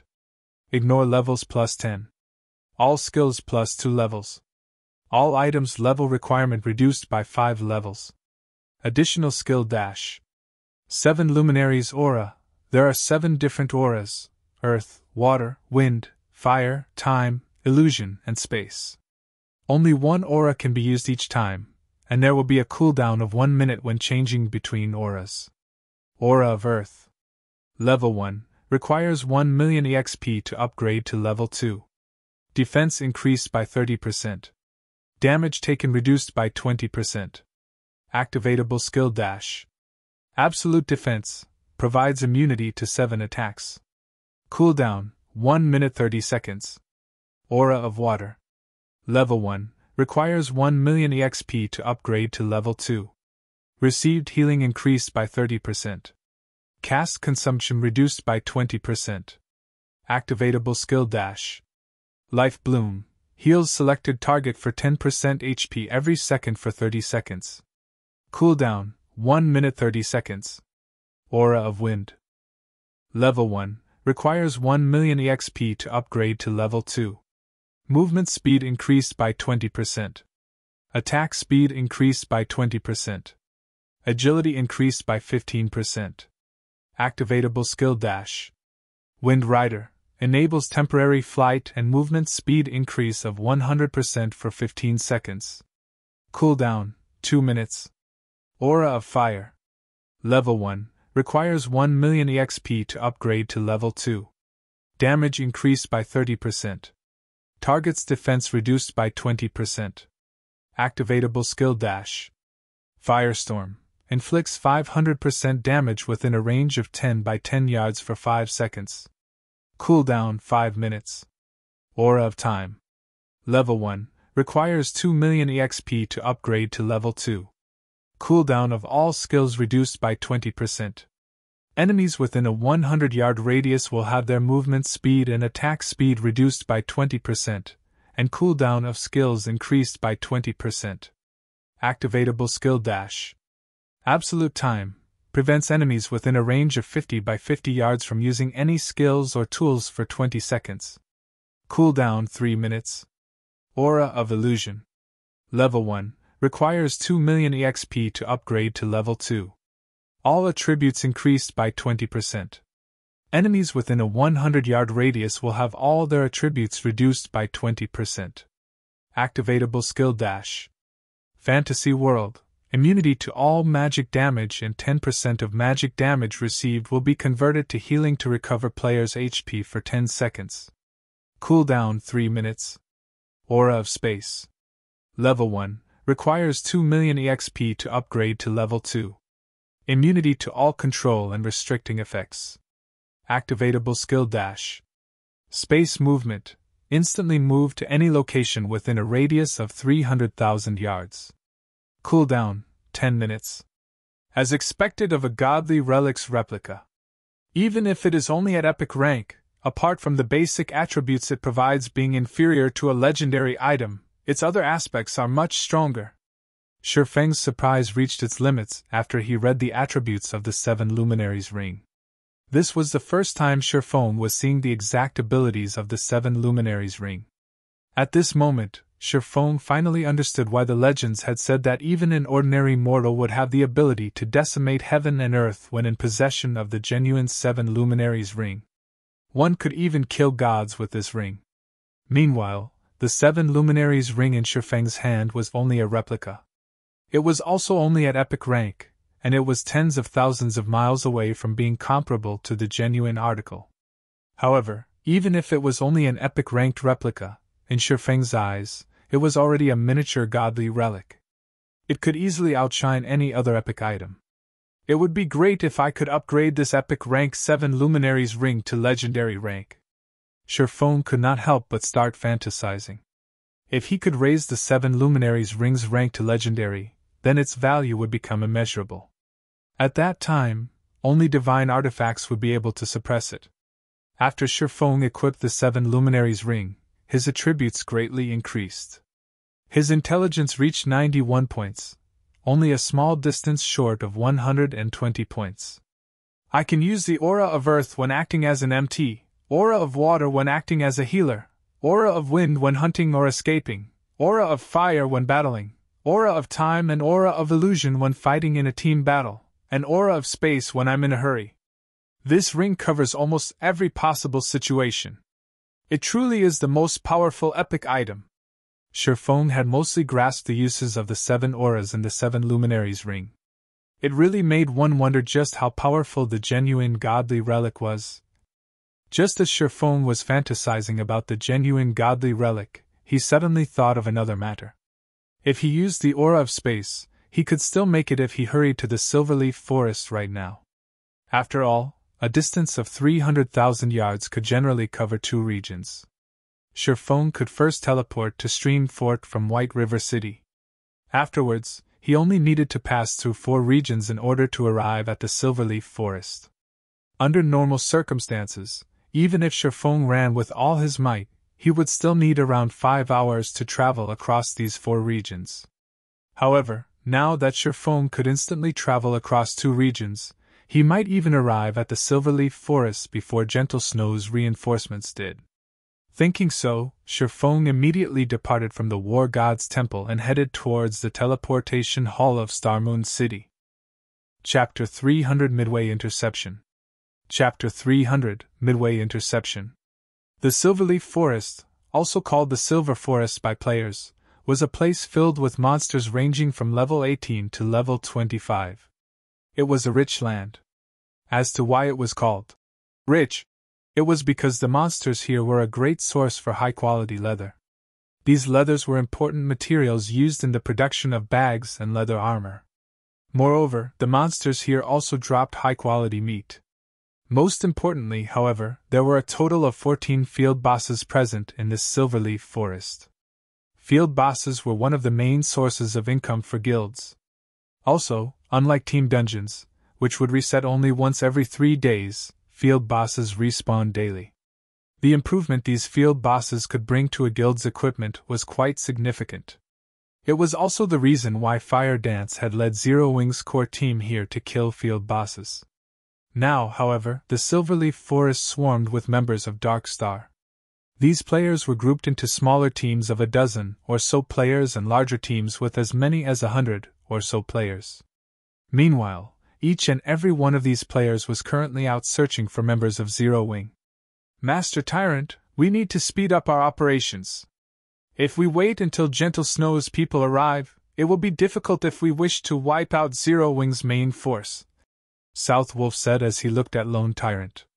For her to actually willingly send out reinforcements, it seems that woman really does have a deep relationship with Zero Wing. Lone Tyrant was slightly surprised. His lips then curled into a sneer as he said, "Even so, she is too late.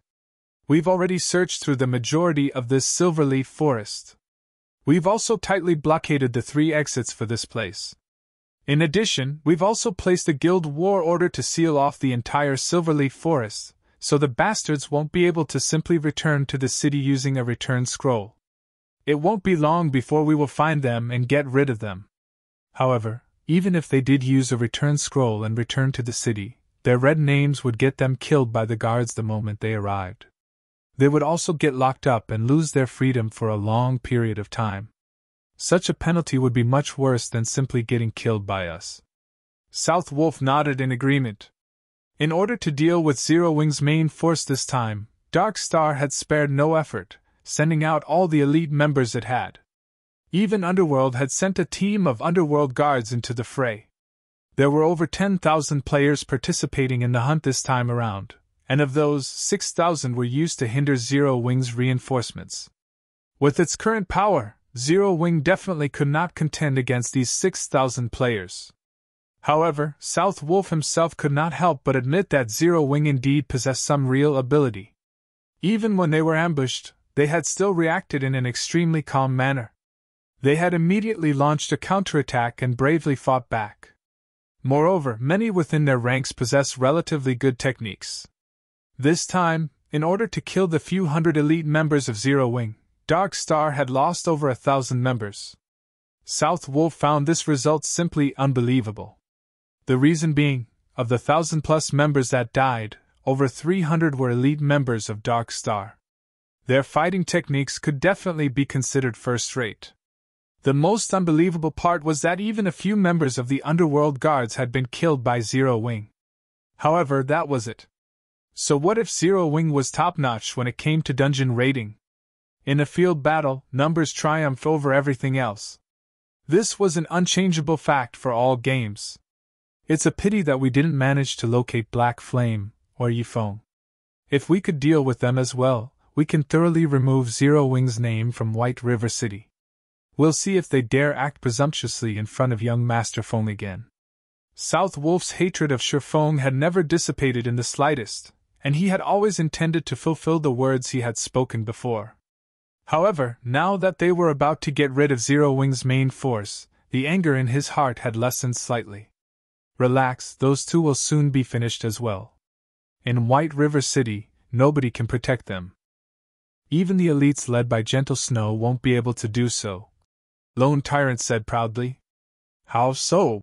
Asked South Wolf, somewhat surprised. If Zero Wing can make allies, why can't Dark Star do so as well? Lone Tyrant softly chuckled. Allies? This was the first time South Wolf was hearing about this. Of course you wouldn't know about this matter. This is a heavily guarded secret of Dark Star. I made this alliance precisely to forestall Gentle Snow's intervention, and also to prevent them from joining together with Zero Wing to deal with us. Lone Tyrant said pridefully, as if he had full control over everything. If Gentle Snow wishes to bring reinforcements over, she'll have to first see if she can arrive at the Silverleaf Forest's entrance. Regarding the matter of exterminating Zero Wing, this time, you can rest assured. You just need to remind Vice Leader Foam of the agreement we made. Guild Leader Tyrant can rest assured on this matter. As long as you complete the task this time, we will definitely deliver the 100 million credits and weekly funding of 150 gold that we promised. South Wolf laughed. Fine, as long as you guys don't forget your promise. Lone Tyrant nodded in satisfaction. In truth, he did not place much importance on Zero Wing. When Feng Xianyang had asked him to deal with Black Flame and Zero Wing, Lone Tyrant had simply agreed, not giving the request much thought. After all, Lone Tyrant had never acknowledged Zero Wing as Dark Star's opponent. His true enemy was only one person, Gentle Snow. However, the capital injection offered by Feng Xianyang this time around was quite attractive, so Lone Tyrant naturally yielded to his request. With this capital injection, he would be able to contend against Gentle Snow for White River City on an equal footing. As an added bonus, he could also gain plenty of good equipment from Zero Wing. Guild Leader, we've found them, an assassin suddenly said in the team chat. Good, we'll head over there immediately. Lone Tyrant softly chuckled. He then gave a command through the guild channel, saying, Everyone, hurry over to that location. We must let them escape this time. The precious equipment on their bodies are waving their hands at us. Immediately, all the members of Dark Star that had come to the Silverleaf Forest cheered loudly. They had long since been drooling over Zero Wing's precious equipment. What secret silver equipment? Many members of Zero Wing's main force possessed fine gold equipment, and some even dark gold equipment. Meanwhile, at one of the dense thickets of the Silverleaf Forest, space suddenly ruptured. One man walked out from this rupture in space, and this person was none other than Shi Feng, who had arrived using space movement. Space movement sure is convenient. Too bad it has a slightly long cooldown.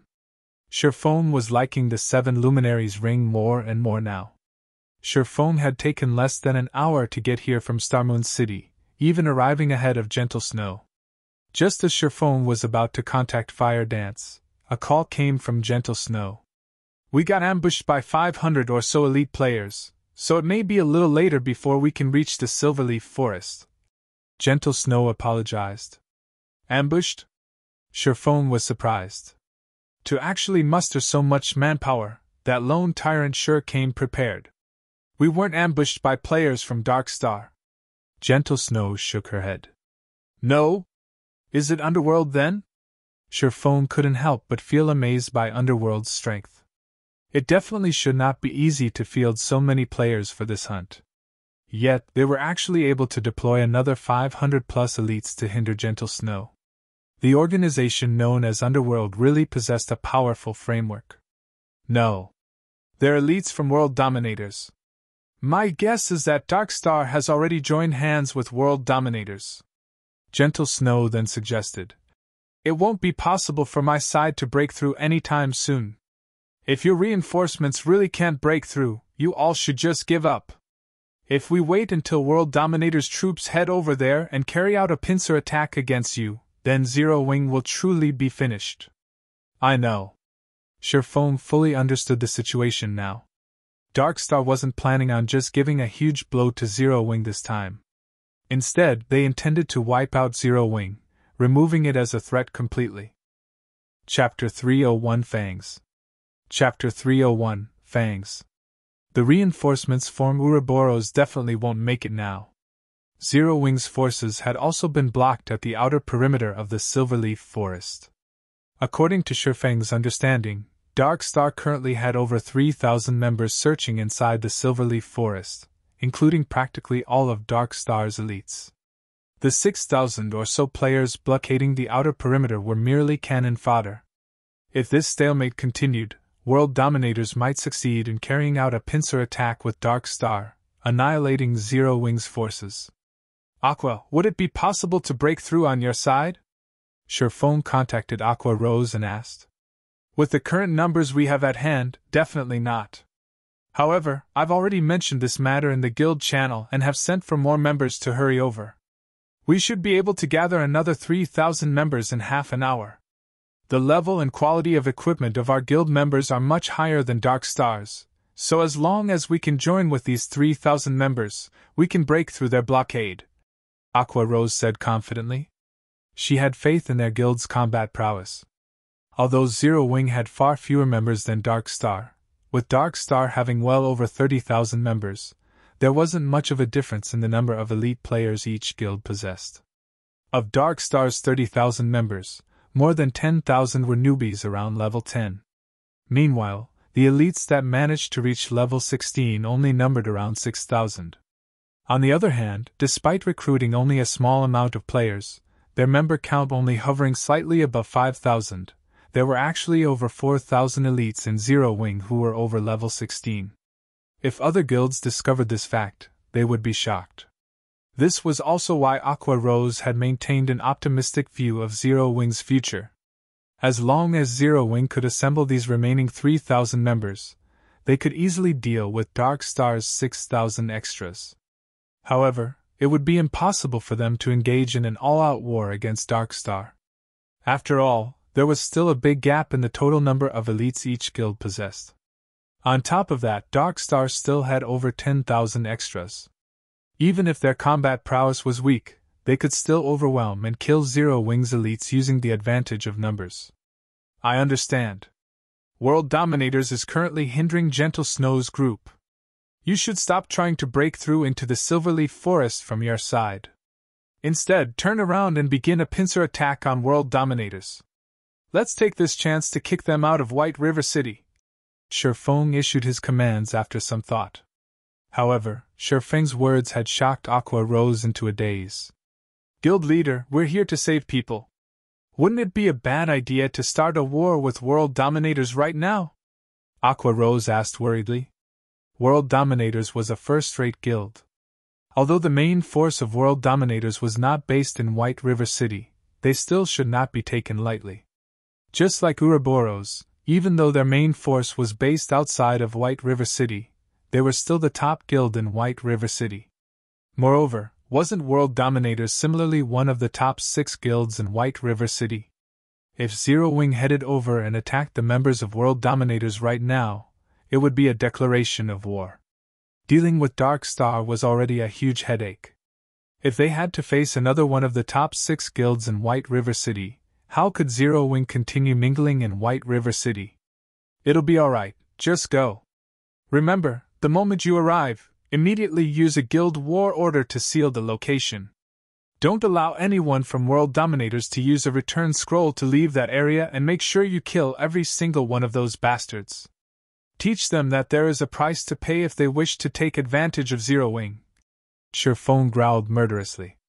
Although Sherfone advocated a low-profile and secretive development, that did not mean that he would receive enemies with a smile, even when said enemy banged on their front door. Whether it was Darkstar or World Dominators, if they really thought Zero Wing was a sickly animal that they could easily bully, they should get ready to pay a heavy price. But what do we do about Fire Dance and the others? There are still more than 50 players with them, and they are all the cream of the crop of our guild. Now that they are all red names, if they die, our guild will suffer tremendous losses. Although Aqua Rose could discern Fangs' rage and killing intent from the tone of his voice, she still tried to dissuade him. I'll save Fire Dance and the others. Fang answered with absolute confidence. Aqua Rose sighed at Fangs' answer. However, she no longer chose to pursue the matter, and instead she said, Fine, but as the guild leader of Zero Wing, don't you think you should say a few words to your fellow guild members as well? You haven't expressed your intentions since Dark Star declared war against us.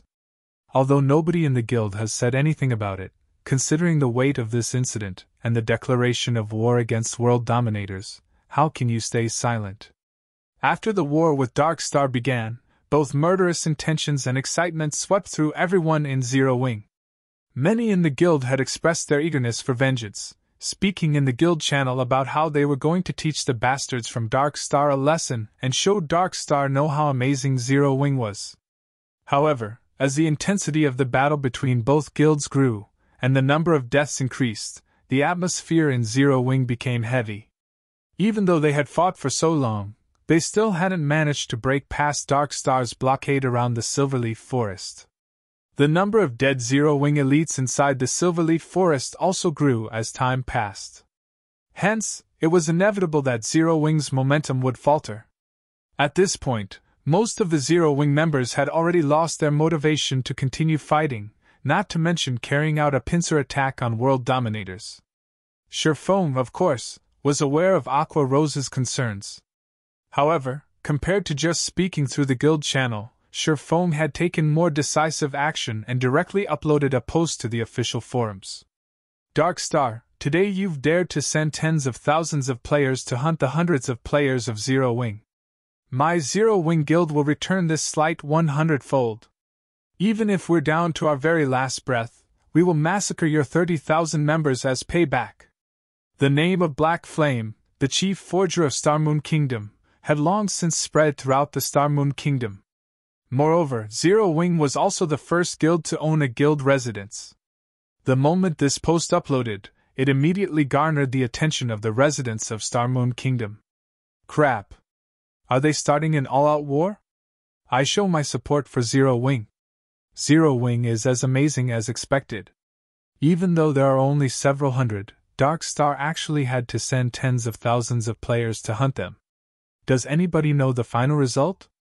I heard that Zero Wing had lost over 300 members to Dark Star already, and there are still a few dozen being hunted down. On the other hand, Dark Star has already lost over 1,000 members. Right now, every player in White River City is discussing this matter. Amazing!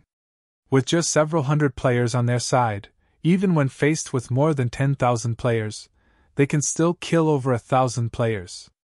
Dozens are still alive, too. I also want to join Zero Wing and become an expert. I despise Dark Star. If they can, they should duel Zero Wing fairly. What's so great about using numbers to bully someone? I am one of the members of Zero Wing that had been surrounded and killed. You guys should have seen how amazing our guild's Sister Dance and Brother Black fought. Sister Dance weaved across thousands of players, killing over 100 Dark Star members in a row. Brother Black's spells instantly vaporized hundreds of Dark Star members the moment it landed. I have a video recording of the battle, so come to Zero Wing's forum section if you want to have a look at it. After Fang uploaded his post, the entire forum exploded in a storm of comments. The players that had only recently started playing God's Domain also started paying attention to Zero Wing as a result of this commotion, especially after seeing the battlefield containing thousands of players. In comparison, the battle scenes they usually saw in movies were boring. The scene where countless stars crashed onto the battlefield, destroying the land and instantly turning hundreds of players into ash, especially stunned them. They couldn't help their boiling blood after watching this scene. After watching this video, many players started considering joining Zero Wing. Chapter 302 Strong Capital. Chapter 302 Strong Capital. Fang had used the name of Black Flame when he uploaded his post. Hence, just a few minutes after the post went live, it had already received a massive amount of visitors. The number of replies easily passed 10,000. Shortly after, the post had been automatically pinned at the top of the forums by the game officials, and there was also an additional bright red, war, tag on the post. This single word was eye-catching. Meanwhile, due to Fangs' post, the originally crestfallen guild members' fighting spirits immediately reignited, and they hungered for Dark Star's death. Moreover, the video of Dark Star's ambush of Zero Wing had also shocked its viewers. The video allowed everyone to understand that even players could become so powerful. When the stars of light descended, the scene seemed as if the world was coming to an end, and within an instant, hundreds of players had been vaporized. Even players outside of the spell's damage range were not spared as the wind generated by the spell's impact sent them flying. Seeing the power of this skill, everyone finally understood why Blackie had such a high level. While everyone else struggled to kill a single monster, Blackie could simply lure several hundred monsters and kill all of them with a single move. How could anybody hope to compare to such a leveling speed? After watching this video, countless players started dreaming of the day that they, too, could possess such power. Such a skill was far more useful than any piece of quality equipment. Dark Star, just you wait. I will kill everyone who tries to block our way. That's right. Brother Black and Sister Dance are waiting for us right now. How can we be so shameful? Aren't they just 6,000 monkeys? Even if I have to die 10 times over, I will extinguish Dark Star. The members of Zero Wing all released spirited battle cries as they glared at the members of Dark Star blocking their path. As long as Aqua Rose gave the command, they would charge and take action. However, just as they turned their gazes to Aqua Rose, Zero Wing's vice leader, Fang's voice suddenly dominated the guild channel. I'm sure everyone is clear about what has happened today. Dark Star has declared all-out war against us, and they wish to wipe our names from White River City. Although we, Zero Wing, have just started our journey and the member count of our guild cannot compare to the other guilds in White River City, Dark Star has actually started a war with us, thinking that we are easy to bully. What do you all think we should do about this? Kill them all. That's right. Why should we fear fighting back? Now let's show those bastards that, if they wish to swallow us whole, they should prepare to lose a few teeth. Since everyone is going to try their best, as the guild leader, I cannot be stingy. Before the battle, I sent for someone to retrieve some battle tools stored inside the guild warehouse. Everyone should now look for Vice Leader Aqua Rose for your share. Also, for those who participate in today's battle, you will gain 10 guild points for each enemy you kill. Those who manage to accumulate 10 kills will be rewarded 1 piece of secret silver equipment, while those who kill 50 will get a piece of fine gold equipment. If you manage to kill 100, you will even receive a private room in the guild residence. Even if you die in battle, you will still receive 10 guild points as compensation. The moment Fang finished his monologue, everyone's hearts beat fervently, and their eyes glowed with excitement. Zero Wing's administration was very thorough, and one could only use guild points to exchange for items from the guild warehouse. However, it was extremely difficult for members to earn guild points. If converted to coins, each guild point was worth around 30 copper. Meanwhile, trading them for a level 10 bronze equipment required 30 guild points, which would be 9 silver coins. Currently, level 10 bronze equipment only sold for around 7 to 8 silver coins on the market. To put it simply, it was not a worthwhile exchange. It was also for this reason that another batch of players had withdrawn from the guild. In fact, this was something Fang and Aqua Rose had already taken into consideration. If the guild sold equipment cheaper than market price, then many members would try to take advantage of this fact to trade for guild equipment to resell elsewhere. They could then use the money to buy guild points again. Hence, the high prices were set to prevent an outflow of guild equipment and items. However, after the emergence of the guild residence, and the additional benefit of renting private rooms, everyone in the guild no longer had a disfavorable opinion of the guild's administration. On the contrary, they all felt that the administration was extremely fair. Private rooms were something ordinary players dared not even dream of obtaining in other guilds. After all, the land in White River City and each guild residence could only contain a limited number of private rooms. Meanwhile, the higher-ups of the guild would surely occupy these rooms. Ordinary members would never be able to enjoy this benefit.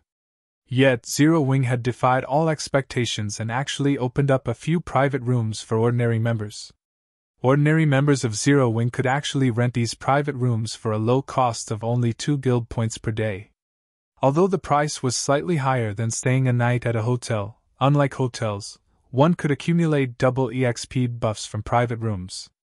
With this feature, it was definitely worth spending a few extra copper coins. The members present in this battle also heard of the benefits provided by other guilds. Although other guilds also provided rewards and compensation to its members for killing and dying in battle, the amount offered was far worse than Fangs. 10 guild points equaled 3 silver coins. There were 3,000 members participating in this battle. If each one of them managed to kill one enemy, the total guild points awarded would be the equivalent of 9,000 silver coins or 90 gold. This was a massive sum of money. Moreover, Sherfone also promised to compensate for each guild member's death. At the very least, he would have to spend over 100 gold. If converted to credits, 100 gold would be worth over 1 million. This situation reaffirmed everyone's confidence in Zero Wing's financial resources and background. With such great benefits, powerful financial resources, and most importantly, such an amazing guild leader, was it possible for such a guild not to grow powerful? Even if I have to die, I'll still drag at least 10 guys with me. Humph! Don't you have any ambition? Didn't you hear the guild leader say that he would reward those who managed to get 100 kills with their own private room? You have to be capable of actually doing that first. Have you not seen how easily Brother Black and Sister Dance managed it? The momentum pushing the guild members to kill their enemies was stronger than ever now. Although the guild would only rent out, not sell, any of the private rooms, one could imagine how much a private room would cost. It was definitely not something worth a measly 1,000 guild points. Although their chances of actually killing 100 people were slim, there was still a small possibility. Naturally, they would fight for that glimmer of hope. Everyone, come to me to receive the frost grenades. Each person will only get 2. Party leaders will get 3 frost grenades and 1 tier 0 attack or defense magic scroll. Team leaders and vice team leaders will receive 5 frost grenades and 1 tier 1 magic scroll. After Sherfone finished his speech, Aqua Rose started distributing the supportive tools to every guild member. In order to display Zero Wing's might to everyone in Starmoon Kingdom, Sherfone bled his pockets dry this time. He retrieved all the supportive tools from inside the guild warehouse for this battle. The moment everyone received the supportive tools, everyone felt even more certain of their victory over Dark Star. Just by arming all of them with a single frost grenade, they could easily force Dark Star's 6,000 members to eat a huge loss.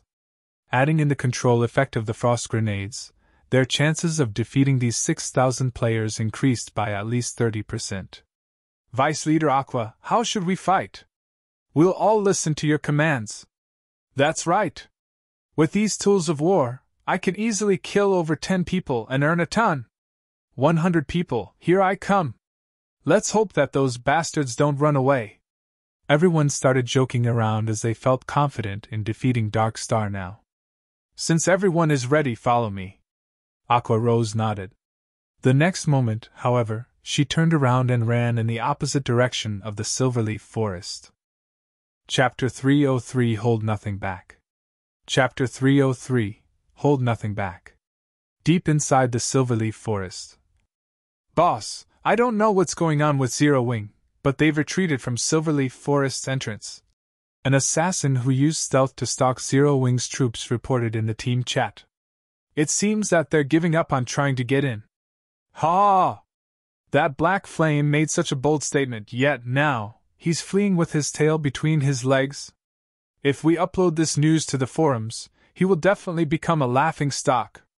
South Wolf laughed loudly when he received this report. Lone Tyrant's lips curled into a sneer as well, saying contemptuously, Zero Wing is just a gathering of nobodies. Since the very beginning, they have never stood a chance at victory. They should consider themselves lucky. If they waited until we finished wiping out Zero Wing's core team, we would have turned around and begun a pincer attack on them with world dominators. At that time, even their remaining 3,000 to 4,000 members would have no hope, and Zero Wing would utterly disappear from White River City. Guild Leader Tyrant is as amazing as expected. It turns out that you had such a plan readied as well. No wonder you are an expert capable of competing with Gentle Snow over White River City. Not only do you possess extraordinary strength, but your intellect is also at the top of White River City. South Wolf flattered as he came to a realization. As long as you can remove Zero Wing's name from White River City, the only obstacle in your way will be Ouroboros. However, with Darkstar and World Dominators working together, even the team led by Gentle Snow would no longer pose a threat. At that time, Guild Leader Tyrant would become the true overlord of White River City. It's still too early to make such claims. Lone Tyrant chuckled as pleasure filled his heart. He then continued saying, Ultimately, Gentle Snow is a well-known expert and leader in the virtual gaming world. I'm afraid that I'll need more strength before I can chase her out of White River City. When the time comes, it will also depend on whether or not Underworld plays its part. Ha! Guild Leader Tyrant can rest assured. As long as Darkstar possesses a high chance of becoming the overlord of White River City, Underworld will invest greatly in it. When the time comes, Underworld will send even more experts to help Darkstar solidify its position as overlord. South Wolf laughed, answering with certainty. With your word, South Wolf, I can rest assured. Lone Tyrant laughed with South Wolf. Currently, confidence regarding Darkstar's future filled Lone Tyrant. Now that Zero Wing has given up on saving Fire Dance and the core members, although I pity them slightly, we should still quickly end their lives. When South Wolf thought of Fire Dance's sexy body, a lecherous smile unconsciously appeared on his face. Elsewhere, Fire Dance and her group were currently in a very precarious situation. Players from Darkstar had them surrounded, and although they had constantly carved out a path of bodies, they could not use return scrolls to escape. Darkstar had the Silverleaf Forest under siege, and all exits were blocked. If this situation continued, they would, sooner or later, lose their lives. However, they could not afford to die. At this moment, there were only 30+ players remaining in their team, and they all were red names. As for herself and Blackie, their names were already close to turning black now. If they died, losing 3 or 4 levels would only be a small matter. The most crucial point was that they could not afford the loss of their equipment. Sister Fire Dance, what are we going to do now? The bastards from Darkstar have discovered our location again. Lonely Snow asked. At this moment, he appeared to be in quite a sorry state. After being surrounded and attacked over a dozen times, his willpower had started to falter as well. Unfortunately, no matter what they did, they could not find a way to escape from Darkstar. Let's retreat first, then talk. Aqua Rose and the others are currently breaking through the entrance now. Moreover, they also have a large stock of supportive tools, so they can definitely break past Darkstar's blockade. We just need to hold on for a little while longer before we're rescued. Fire Dance had also racked her mind, trying to think of a way to escape. However, Darkstar simply had too many players. No matter how they tried to run, another group of players always waited for them. If not for the fact that their equipment and techniques were so impressive, they would have long since died. Just as everyone was desperately running for their lives, Sherphone contacted Fire Dance and suddenly joined the team. Guild Leader! Guild Leader! You're finally here! A glimmer of hope immediately flared in Blackie's heart when he noticed Sherphone join the team. Blackie's opinion of Sherphone had reached blind worship long ago, and he believed that there was nothing that Sherphone could not accomplish. In fact, Blackie wasn't alone in having such an opinion. Everyone in the core team thought so as well. Meanwhile, the originally gloomy atmosphere instantly dispersed upon Sherfang's arrival. Guild Leader, you're even more amazing than the Fountain of Life. By simply joining the team, you have caused everyone's spirits to recover instantly. Their fighting powers have doubled. Fire Dance joked. Ha! I never knew I had such an effect. Sherfone laughed. They all could not help but laugh with him. Instantly, the atmosphere relaxed. How are things on your side? Sherfone asked. Dark Star has us forced into a corner, and it's practically impossible for barge through any of the exits. At most, I think we have another half an hour before we'll have to make a final stand against them. Fire Dance gave Sherfone a brief explanation of their current position. Meanwhile, as a veteran of the battlefield, Sherfone quickly grasped the general situation. If Fire Dance and her group faced Dark Star's 3,000 players in direct combat, the conclusion would be obvious. Even if they had Sherfone with them, the result would be the same. After a long moment of silence, I understand. Head to these coordinates. I'll meet you guys there, Sherfone said. Now that Fire Dance's group had been forced to such a corner, even Sherfone could not turn the tides. Dark Star had 3,000 players fighting for them, not just 1 or 200. At this stage of the game, most players should have already learned quite a few skills, and of them, there would definitely be a few life-saving skills. Furthermore, their fighting techniques would have improved greatly. It was no longer possible for Sherfone to slaughter them by the hundreds as he had with Martial Union. Fortunately, Sherfone was very familiar with the Silverleaf Forest. After giving it some thought, he concluded that there was only one location Fire Dance and the others could head to survive. The chances for survival was less than 30%. However, a 30% chance of survival was far better than none at all. After all, if they faced Dark Star's 3,000-strong army, they would die 10 out of 10 times. Hopefully, Aqua Rose can take action quickly.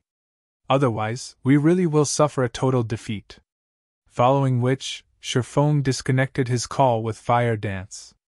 He then activated the 7 Luminaries Ring space movement once more, teleporting to the meeting location that he gave Fire Dance's group.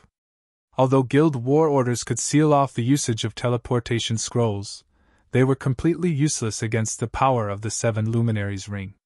On the gravel road leading to the Silverleaf Forest, the players from World Dominators had already started battling the players from Ouroboros. Throughout their battle, both sides had constantly sent for more reinforcements, involving more and more players in the fray. Both sides were first-rate guilds with extraordinary backgrounds. To hinder Gentle Snow's advance, World Dominators had sent over 10,000 players to this fight. Meanwhile, Gentle Snow had even more players on her side. Currently, her army had increased to over 14,000 players. The intensity of the battle between these two guilds far outstripped the battle between Dark Star and Zero Wing. This massive encounter had shocked many players in White River City. Just what was happening in White River City? Why were 4 of the top 6 guilds in White River City battling it out against each other? Moreover, it wasn't just a minor skirmish between guilds. These 4 guilds had actually started a full-fledged war against each other, where only one side would rest when the other was obliterated. Such a situation was simply unimaginable in other cities. Players were still in the initial stages of God's Domain, and currently, every guild in God's Domain fully occupied themselves with raiding dungeons and development. Yet, these 4 guilds in White River City actually dared to start a full-fledged war. Regardless of which side won or lost, they would all be losers in God's Domain. Snow, this war is getting out of hand. Both sides have already incurred over 1,000 fatalities. If this situation continues, Emperor's Light and the Assassin's Alliance might be tempted to take advantage of the situation. I think we should retreat for now. After fighting for so long, we have fulfilled our duty to Zero Wing, Zhao Yueru urged as she looked at Gentle Snow, who currently issued commands. Chapter 304 Ferocious Beasts Released. Chapter 304 Ferocious Beasts Released. In reply to Zhao Yueru's suggestion, Gentle Snow merely shook her head and revealed a smile, not bothering to give any additional explanations. Are we just going to continue fighting like this? Although we have the advantage right now, if we wish to repel World Dominators, our losses will be immense. We might very well ruin the great advantage we have in White River City. Snow, you should know that the people of Starmoon City have long since had an opinion of you. If we lose the advantage we have in White River City, they will take advantage of the situation and cause you trouble. Zhao Yueru could not make sense of Gentle Snow's thoughts. Although they were good friends with Black Flame, it wasn't enough of a reason to destroy the influence they had obtained through painstaking efforts. The fight between their two guilds was no longer a simple skirmish, but a war that involved over 10,000 people. Without sufficient benefits, one should never start a war. War was not a child's game. Not only were they required to give out rewards and compensation to the participants, but they also needed to pay for many other expenditures. To put it plainly, war was just a way for players to waste money. Though, it would not have mattered as much if they could pay these expenses using credits. After all, their families in the real world were both wealthy and influential. They could easily ignore such insignificant expenses. However, what they were not spending credits, but coins, a commodity that could not be easily obtained. If they continued fighting this war, the advantage they previously held over the other guilds in White River City would fall behind significantly. Zhao Yueru knew that Gentle Snow was a person who spoke of righteousness and possessed high morals.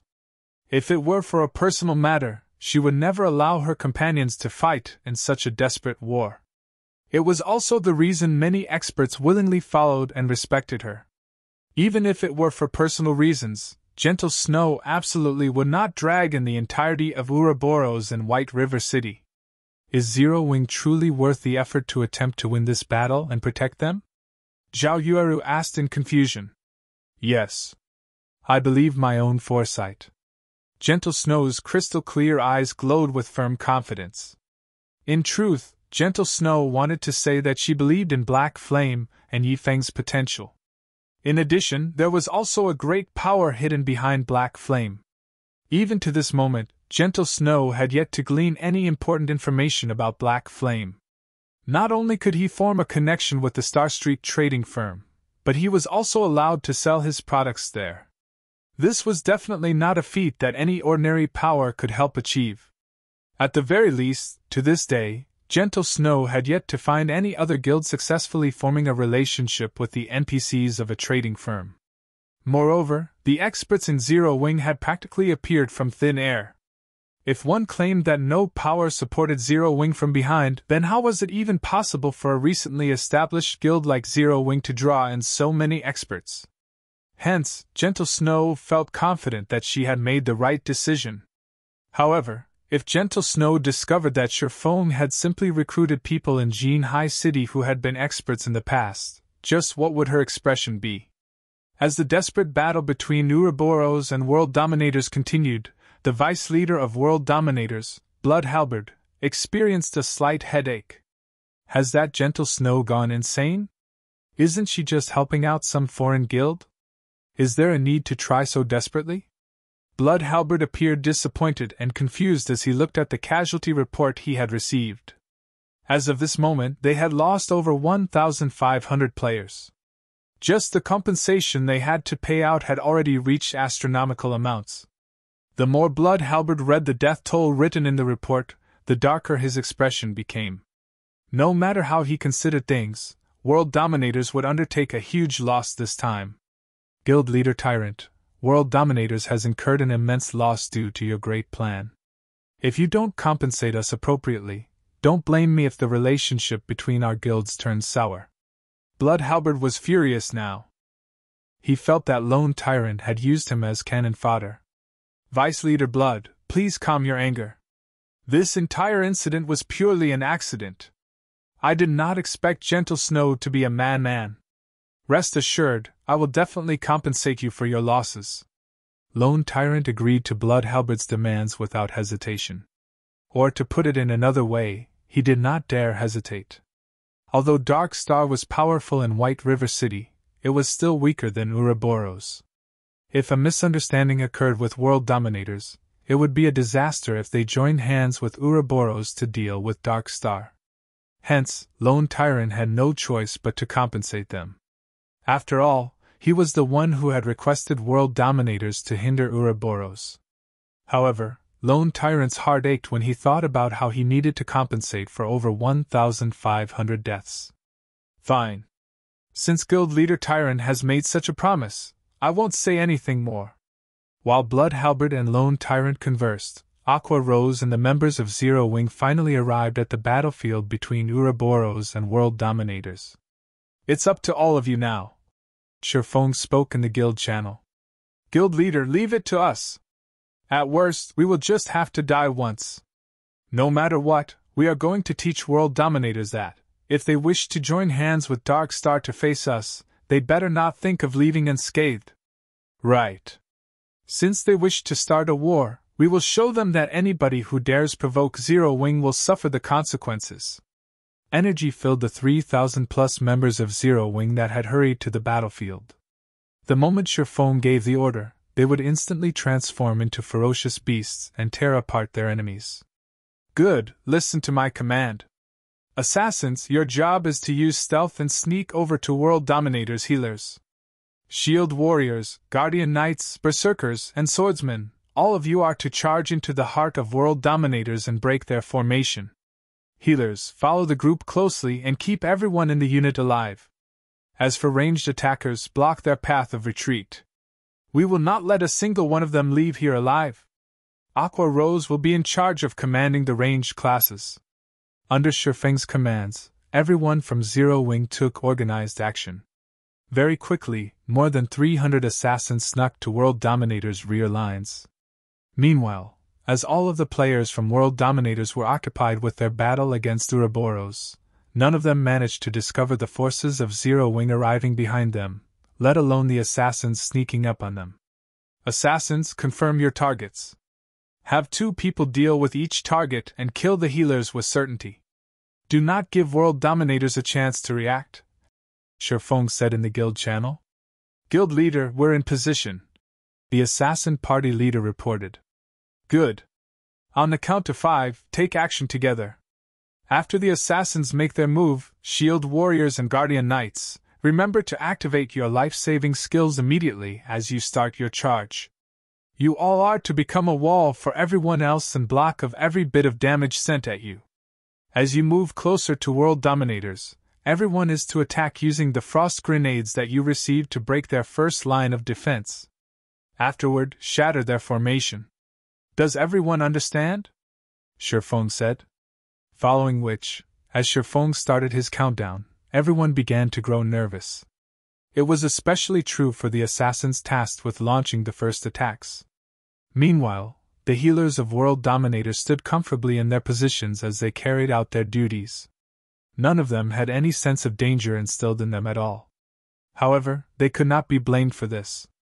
After all, they had an army of over 10,000 strong between the perceived enemy and themselves. No enemy should be able to touch them unless they broke through the defensive lines. Also, even if 1 or 2 players managed to sneak past the front lines, what could they possibly do to several hundred healers? The moment they revealed themselves, they would die instantly. "Good! On my command! 5, 4, 3, 2, 1. Kill! Let not a single one of them go!" After Sherfeng's shout, all 300-plus assassins took action simultaneously, with every 2 assassins launching attacks on a single healer. When ambushed by an assassin, any ordinary healer would lose more than half of their HP, let alone an ambush by 2 elite assassins. Momentarily, many of World Dominators' healers felt a sting at the back of their heads. After they were forced into a fainted state, 2 piercing cold daggers slashed across their necks, followed by 2 frightening damages appearing above their heads. In the next moment, their bodies were no longer under their control. In the blink of an eye, World Dominators lost close to 200 healers. Immediately, Zero Wing's melee players began their charge. A moment later, Aqua Rose used a guild war order to lock down the entire region, preventing any from using a return scroll to leave the battlefield. Chapter 305 Zero Wing's Might. Chapter 305 Zero Wing's Might. The sudden loss of almost 200 healers stunned everyone from World Dominators. "It's an ambush! Run!" Faced with several hundred assassins so close without any protectors by their side, the only way the healers of World Dominators could escape death was to run towards the main army of World Dominators. However, healers were inherently slow. The assassins from Zero Wing quickly caught up to them. Originally, if these healers had worked together to retaliate against the assassins from Zero Wing, they could have at least offered some semblance of resistance. It would not have been so easy to kill them. However, their decision to run immediately created chaos, and those who could have originally survived died as well. Without any healing or resistance, these healers were lambs to the slaughter. Zero Wing's assassins killed them arbitrarily. By the time the rear guards of world dominators came to the rescue, a majority of their healers were already dead. Just as the surviving healers thought they were safe, they quickly discovered several thousand players charging in their direction. Every one of these players was like a ferocious tiger as they crashed into their enemies' ranks, and the several hundred players who served as world dominators' rear guards were instantly dispersed. This situation allowed the assassins to continue their slaughter of the healers. "Guild leader, not good. Our rear line has been ambushed, and we've lost over half of our healers already. These newcomers are fierce, and the rear line needs help to hold them off," one of the team leaders defending against Zero Wing's ambush hurriedly reported. "What? Who are these people?" Blood Halberd had been busy issuing commands from the front lines all this time. The moment he received the report, he immediately turned to look. He discovered that there were actually several thousand players charging and killing into their ranks, and anyone from world dominators who tried to block their charge instantly died. These newcomers were like a sharp blade, instantly splitting world dominators' forces in half with their precision charge. World dominators currently fought a desperate battle against Ouroboros, and the damage they received from such an ambush was self-evident.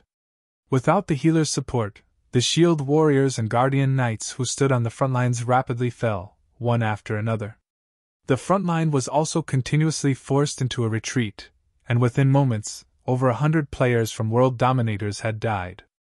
Damn! Just who are they? To actually dare start a war against world dominators, do they not want to live anymore?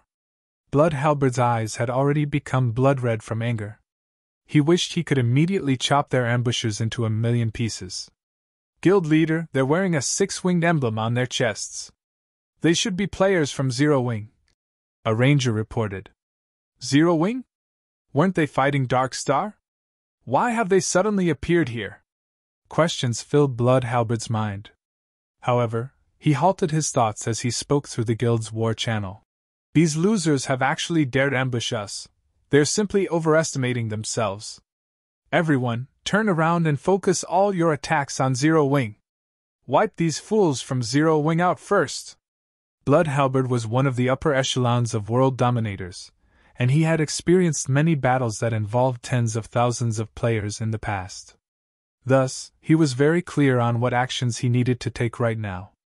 World Dominators was no longer a match for Ouroboros in this battle.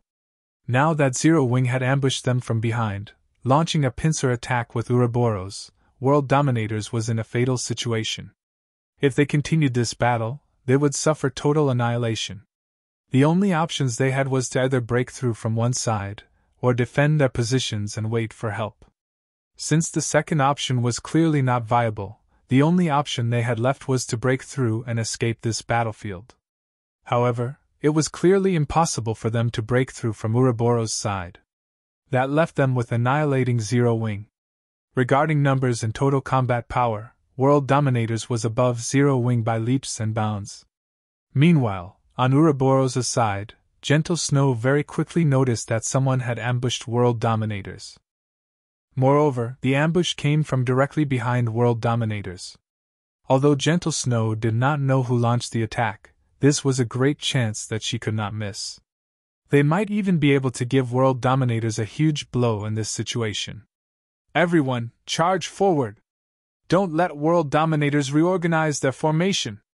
Gentle Snow commanded her forces, wearing a faint smile on her face. To readjust their formation, World Dominators turned around to attack Zero Wing. Unfortunately, that decision came at a high price. Unwittingly, World Dominators lost thousands of their members. Blood Halberd's heart bled at this sight. Although they had fought Ouroboros for a long time, they had only lost around 1,000 or so players. Now, in just a few short minutes, they lost several times that amount. "Kill! Annihilate Zero Wing! Blood Halberd bellowed through the guild channel as he pointed his sword at Zero Wing's 3,000 members. Currently, World Dominators still had close to 10,000 players alive. It would be an easy task for them to deal with just 3,000 players. Both sides immediately entered a desperate struggle, flames and arrows filling the skies. A few independent players that stood a distance away were thoroughly shocked when they witnessed this scene. This battle was far more realistic and shocking than any movie they had watched before. Sounds of smashing and swords clashing filled the surroundings. There was also the constant stream of spells bombarding the land, sending debris and dust flying into the air. This was truly a bloody battlefield. In this battlefield, personal strength was insignificant. When struck by hundreds of fireballs and frost arrows, even the most powerful MTs would die instantly. Very good. It should be about time to use them now. Sherphone closely observed the battle through the live stream from Aqua Rose. After watching both sides clash for some time and seeing how closely packed the players on the enemy's side were, Sherphone commanded in the guild channel.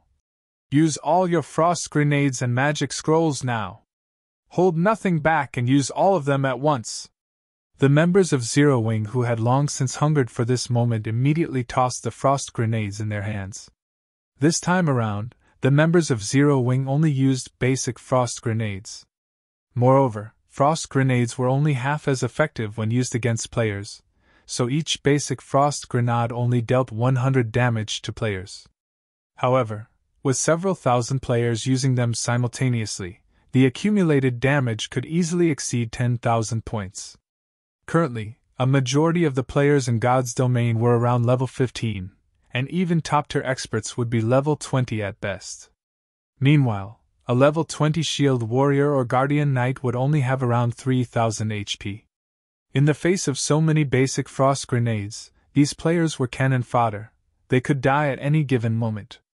Shortly after the basic frost grenades were thrown, a large swath of players from World Dominators died. As for those lucky enough to survive, they transformed into pure white ice sculptures.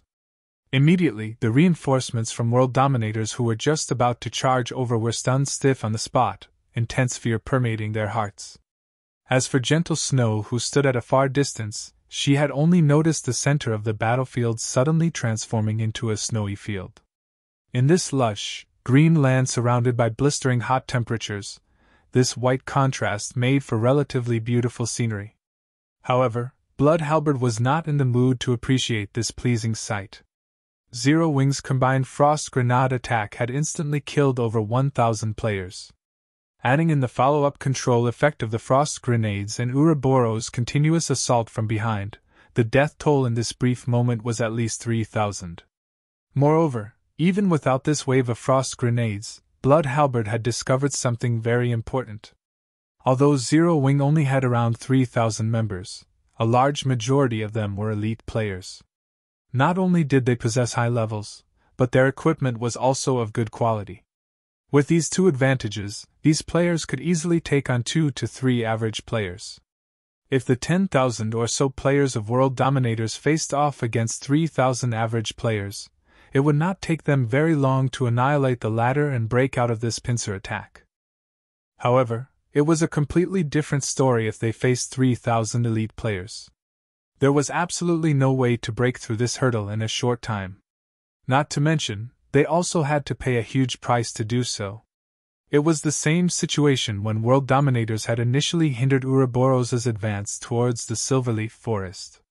At that time, they had only used several hundred elite players to block Ouroboros' army of 2,000 players. Now that World Dominators faced 3,000 elite players, in addition to the previous frost grenade attack, Blood Halberd began to consider suicide. If he had known about this earlier, he would have chosen to break through the pincer attack through Ouroboros' side. It would have been much easier that way. How did Zero Wing come into possession so many elite players? Blood Halberd could neither understand why nor did he try to understand it, as there was only one thing he could do right now. Everyone, listen to my command! All of you use return scrolls and leave this place immediately! Blood Halberd shouted reluctantly in the guild channel. This could not be helped. If they received several more waves of frost grenade attacks from Zero Wing, in addition to Ouroboros' assault, world dominators would be annihilated. There was only one thing they could do now: escape. Although it would be both costly and time-consuming to use return scrolls, and even more people would die, it was a much better alternative than suffering total annihilation. Guild leader, this is not good. This area has been sealed. We can't use return scrolls. Chapter 306 The Price of Being a Passerby. Chapter 306 The Price of Being a Passerby. His subordinate's report stunned Blood Halberd. Do they really intend to fight to the bitter end? Blood Halberd's eyes turned crimson, his current mood similar to an imminent volcanic eruption. With the entire area sealed off, preventing the use of return scrolls, world dominators had no way to escape. The steep slopes on both sides of this area left only one line of movement available. One could only advance forward or retreat backward. There was no third option available. Right now, however, Ouroboros blocked the road back to the city, while Zero Wing blocked the road to the Silverleaf Forest. Originally, Blood Halberd felt only contempt for Zero Wing's attempt to launch a pincer attack on world dominators. Now that he had personally witnessed Zero Wing's strength, however, Blood Halberd no longer dared underestimate Zero Wing. Whether it was Ouroboros or Zero Wing, either of them was easy to deal with. Blood Halberd's current situation could be perfectly described as being stuck between a rock and a hard place. However, inaction would similarly result in world dominators' complete annihilation. Originally, world dominators had come to this place simply to aid Darkstar in delaying Ouroboros' advance. Now, however, they had become the center of the war. Everyone, defensive formation! Blood Halberd commanded after a bit of thought, not daring to delay any longer. The members of World Dominators immediately formed a circle to repel attacks from both sides and reduce their losses. Meanwhile, Blood Halberd sent out a communication request to Lone Tyrant. Originally, Lone Tyrant was still joyous over locating Fire Dance's group. However, he suddenly received an urgent call from Blood Halberd. Vice Leader Blood, I will definitely send over the compensation after this entire matter is dealt with. Please stop rushing me, Lone Tyrant said, slightly annoyed. Compensation? Blood Halberd's anger boiled over when he heard this word. Originally, Darkstar was the one responsible for dealing with Zero Wing. However, World Dominators now had to handle both Zero Wing and Ouroboros, placing Blood Halberd's guild in such a dangerous situation. Was this something mere compensation could make up for? Guild Leader Tyrant, I promise to help you delay Ouroboros, not to start an all-out war with them. Now, not only have you let Zero Wing's forces run away, you're even making World Dominators face two guilds at once. Meanwhile, you, Guild Leader Tyrant, only know how to utter the word compensation? Guild Leader Tyrant, you're good. You're very good. The more Blood Halberd spoke, the angrier he got. He felt that Lone Tyrant had plotted against World Dominators all this time. First, Lone Tyrant had let them fight it out with Ouroboros. Then, he had allowed Zero Wing's forces to escape. In order to escape, Zero Wing could only pass through the area where World Dominators and Ouroboros were fighting. In the end, Zero Wing had no choice but to start a fight with World Dominators. With this plan, Lone Tyrant could kill 3 birds with 1 stone. Success meant that 3 of the top 6 guilds in White River City would receive a huge blow, with Darkstar the only beneficiary of this chaos. Lone Tyrant was certain that there was a misunderstanding the moment he heard Blood Halberd's words. After all, he had not intentionally allowed Zero Wing to escape. Instead, the players from Zero Wing had left on their own, and they just happened to encounter World Dominators on their way back, which resulted in World Dominators suffering a pincer attack. Everything was simply a coincidence. As for Zero Wing's decision to directly oppose World Dominators, any normal person would not do that. Currently, Darkstar was in an all-out war with Zero Wing, a war that would end only when one side was completely annihilated. Just before, Black Flame had even publicly declared that he would make Darkstar pay the price of 30,000 people. So, why would they suddenly go and provoke a first-rate guild like World Dominators? Only a person who wished to die a quicker death or a person with brain damage would declare war simultaneously on 2 of the top 6 guilds in White River City. However, no matter what Lone Tyrant said now, Blood Halberd definitely would not believe him. Hence, Lone Tyrant hurriedly said, "Vice Leader Blood, I truly know nothing about this matter. I'll send my army over there right away.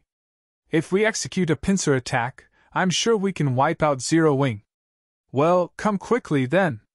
Blood Halberd shouted in rage. The more he listened to Lone Tyrant speak, the more disgusted he was with this person. Lone Tyrant had actually used world dominators as bait. However, the priority right now was for the guild to escape this predicament. Everything else was secondary. "Okay, I'll have them head over immediately." Lone Tyrant ended the call and promptly contacted his troops stationed outside the Silverleaf Forest. Of the 6,000 players there, Lone Tyrant sent 5,000 over to deal with Zero Wing, while the remaining 1,000 stayed behind to continue blocking the exits of the Silverleaf Forest. However, as time slowly passed, World Dominator's situation turned grimmer and grimmer. Zero Wing's 3,000 elites were incredibly zealous. After several consecutive charges, although Zero Wing lost several hundred of their members, World Dominators lost at least 3 to 4 times that number. Not to mention, Ouroboros was also madly assaulting them on the other side. After gathering up his courage, one of the team leaders of the elite teams, Lonely, walked up to Blood Halberd and asked in a soft tone, "Guild leader, if this situation continues, we'll definitely be finished. Are the reinforcements from Dark Star not here yet?" If the elite members of World Dominators were to lose 2 or 3 levels, in addition to most of the weapons and equipment on their bodies, World Dominators would definitely not be able to compete for White River City any longer. "I know that. But they still need around 10 minutes before they can arrive." At this moment, Blood Halberd's heart was bleeding in pain. However, he was helpless in this situation, unless of course Zero Wing or Ouroboros showed mercy and let them go. Blood Halberd's eyes shone when this thought occurred to him. He was not out of options yet. World Dominators and Ouroboros were bitter enemies, so it was obviously impossible to ask Ouroboros to show mercy. However, there was a slight possibility of success with Zero Wing. After all, World Dominators had never come into direct conflict with Zero Wing before. Also, Zero Wing's main enemy was Dark Star, while World Dominators was simply a passerby in this matter. Hence, Blood Halberd immediately tried to contact Sherfong. "Vice Leader Halberd, to what do I owe this pleasure?" Sherfong asked, a smile on his face. When he received Blood Halberd's call, he had chosen to accept it right away. "Guild Leader Black Flame, the war between our guilds is just a misunderstanding. World Dominators has a feud only with Ouroboros. We came here simply to fight Ouroboros, and we truly never intended to fight your guild. In regard to the losses and inconvenience caused to your guild, I can compensate you on behalf of World Dominators. As long as Zero Wing stops attacking us right now, I will immediately have our guild's finance department send over 1 million credits to serve as compensation. What do you think, Guild Leader Black Flame?" Although Blood Halberd had tried to speak casually, he could not completely hide the panic in his tone. After all, at least one elite member of World Dominators was dying with each passing second. 1 million credits. In past virtual reality games, even well-known gaming workshops needed a month's time to earn such a sum. Hence, Blood Halberd's offer of 1 million clearly showed his sincerity. So it was all a misunderstanding. Sherfong acted as if he had come to a sudden realization, letting Blood Halberd feel a hint of hope. However, before Blood Halberd could even feel joy, Sherfang's tone changed abruptly as he said, "I am moved by Vice Leader Halberd's generosity. Sadly, one of my shortcomings as a person is that I am extremely headstrong. Since it is a misunderstanding, let us just continue this misunderstanding then. You're making an enemy out of World Dominators. Aren't you afraid of our retaliation?" Blood Halberd screamed in anger. "Vice Leader Halberd, what's there to get angry about? The moment we started playing this game, we were bound to meet with some trouble. If you aren't even prepared to suffer such a small setback, I think it is better for you to retire sooner rather than later." Although World Dominators is only playing the role of a passerby in Darkstar's plan this time, by provoking Zero Wing, you also have to pay a terrible price. Sherfong chuckled. However, don't you worry. Darkstar will soon be joining you all. After Sherfong disconnected the call, he then contacted Aqua Rose, saying, No need to be polite. Leave none of them alive. Show everyone the consequences for those who dare to be a passerby and have thoughts about Zero Wing. Chapter 307 Famous in a Single War. Chapter 307 Famous in a Single War. Damn! This black flame is practically a mad dog that bites anyone it sees. Blood Halberd cursed. I'll definitely remember this matter. If there is a chance in the future, I'll definitely not let him off. Vice Leader, we've lost too many healers. This long battle is also taking a heavy toll on the remaining healers' mana. They can't leave their combat status to use the magic spring, so they can only rely on mana recovery potions to replenish their mana. However, most of them have already consumed all the potions they have. If the reinforcements from Darkstar still don't arrive, we will definitely be finished. Lonely reported hurriedly. Naturally, Blood Halberd was aware of this matter. Before Zero Wing's intervention, World Dominators had been able to split its healers into two teams, with one team healing the players at the front and the other falling back to replenish their mana, and rotate them accordingly. However, Zero Wing's ambush had taken out over half of World Dominators' healers. If World Dominators were to insist on maintaining the rotation system, its death toll would at least double. Damn that lone tyrant! If he had not goaded me into hindering Ouroboros, we would not have fallen into this situation. Blood Halberd also hated Lone Tyrant greatly at this moment, regretting his decision to listen to him. If he had known that Zero Wing was so powerful, and also how insane Black Flame was, he definitely would have chosen to watch this entire affair play out from a safe distance. In the end, he now suffered from his own decision. Originally, there had already been a gap between World Dominators and Zero Wing in overall combat power. Now that World Dominators had lost the support of its healers, that gap had widened further. Following the crippling of World Dominators' healers, its players were like wheat being reaped, their lives effortlessly harvested by the members of Zero Wing. In contrast, Zero Wing's healers carried out their task with great zeal. The frontline players of Zero Wing found it hard to die even if they wanted to. Within moments, the mortality ratio of the two guilds soared to frightening heights. When Zero Wing initiated their ambush, the mortality ratio had only been 1 to 3, with World Dominators having the higher number of deaths. Now, however, that ratio had risen to 1 to 8 and would soon approach 1 to 9. In other words, for every player Zero Wing lost, World Dominators would lose 8 or 9 players.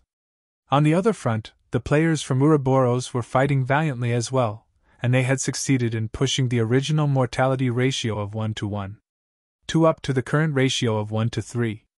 No, we can't wait any longer. At this rate, we'll be completely annihilated by the time the reinforcements from Darkstar arrive. Both anger and grief filled Blood Halberd at this moment. World Dominators had started this war with over 10,000 members.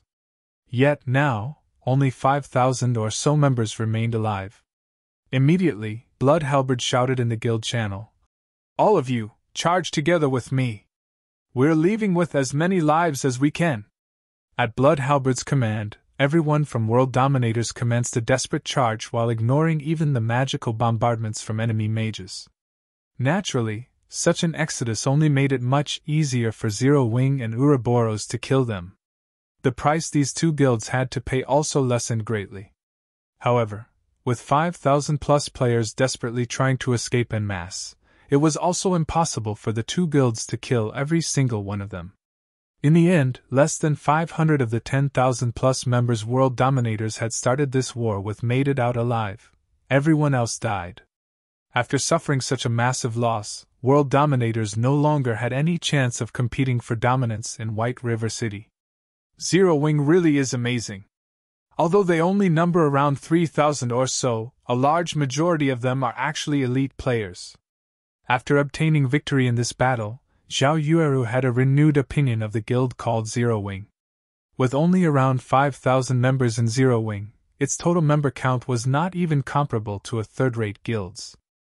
However, after Zhao Yueru witnessed the combat power its 3,000-plus members displayed in this battle, she no longer found it strange for Zero Wing to be considered one of the top 6 guilds in White River City. Zero Wing was indeed worthy of its fame. Second-rate and third-rate guilds would be no match for Zero Wing at all. Moreover, the destructive force displayed by the frost grenades that Zero Wing had used was simply too shocking. If not for those tools of mass destruction, this war might still be ongoing right now, while the price Ouroboros had to pay would also be greater. Snow, your foresight is as diabolical as always. Zero Wing is indeed not a simple existence. Zhao Yueru giggled. Although world dominators managed to escape with a few hundred of its members, its heavy losses this time means it no longer has any chance of fighting over White River City. Without this old nemesis of ours, Ouroboros has a greater chance of becoming the overlord of White River City. Gentle Snow rolled her eyes at the giggling Zhao Yueru.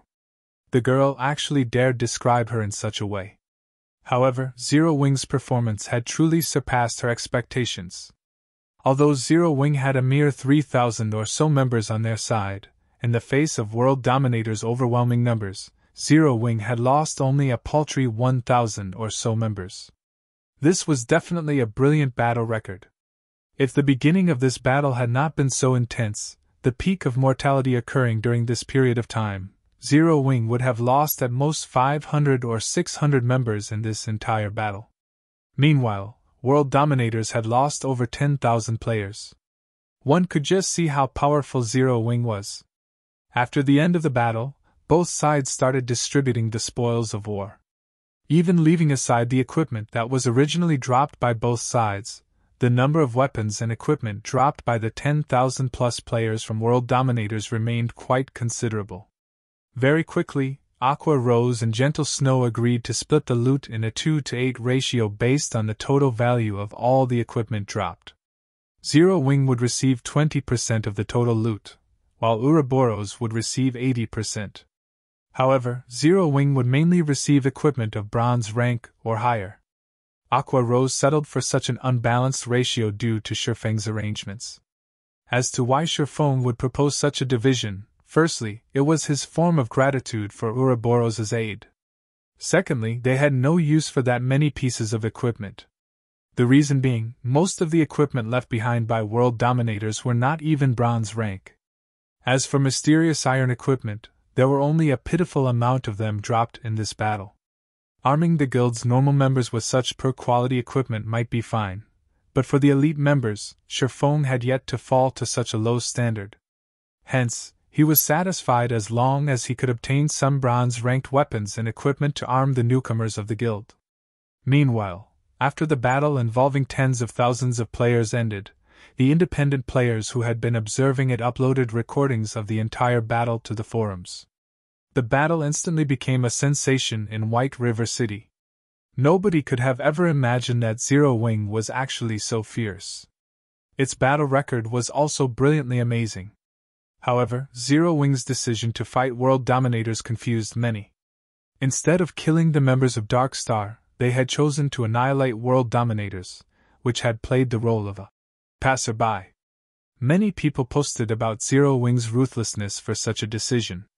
In regard to this, Shifeng did not offer any explanation.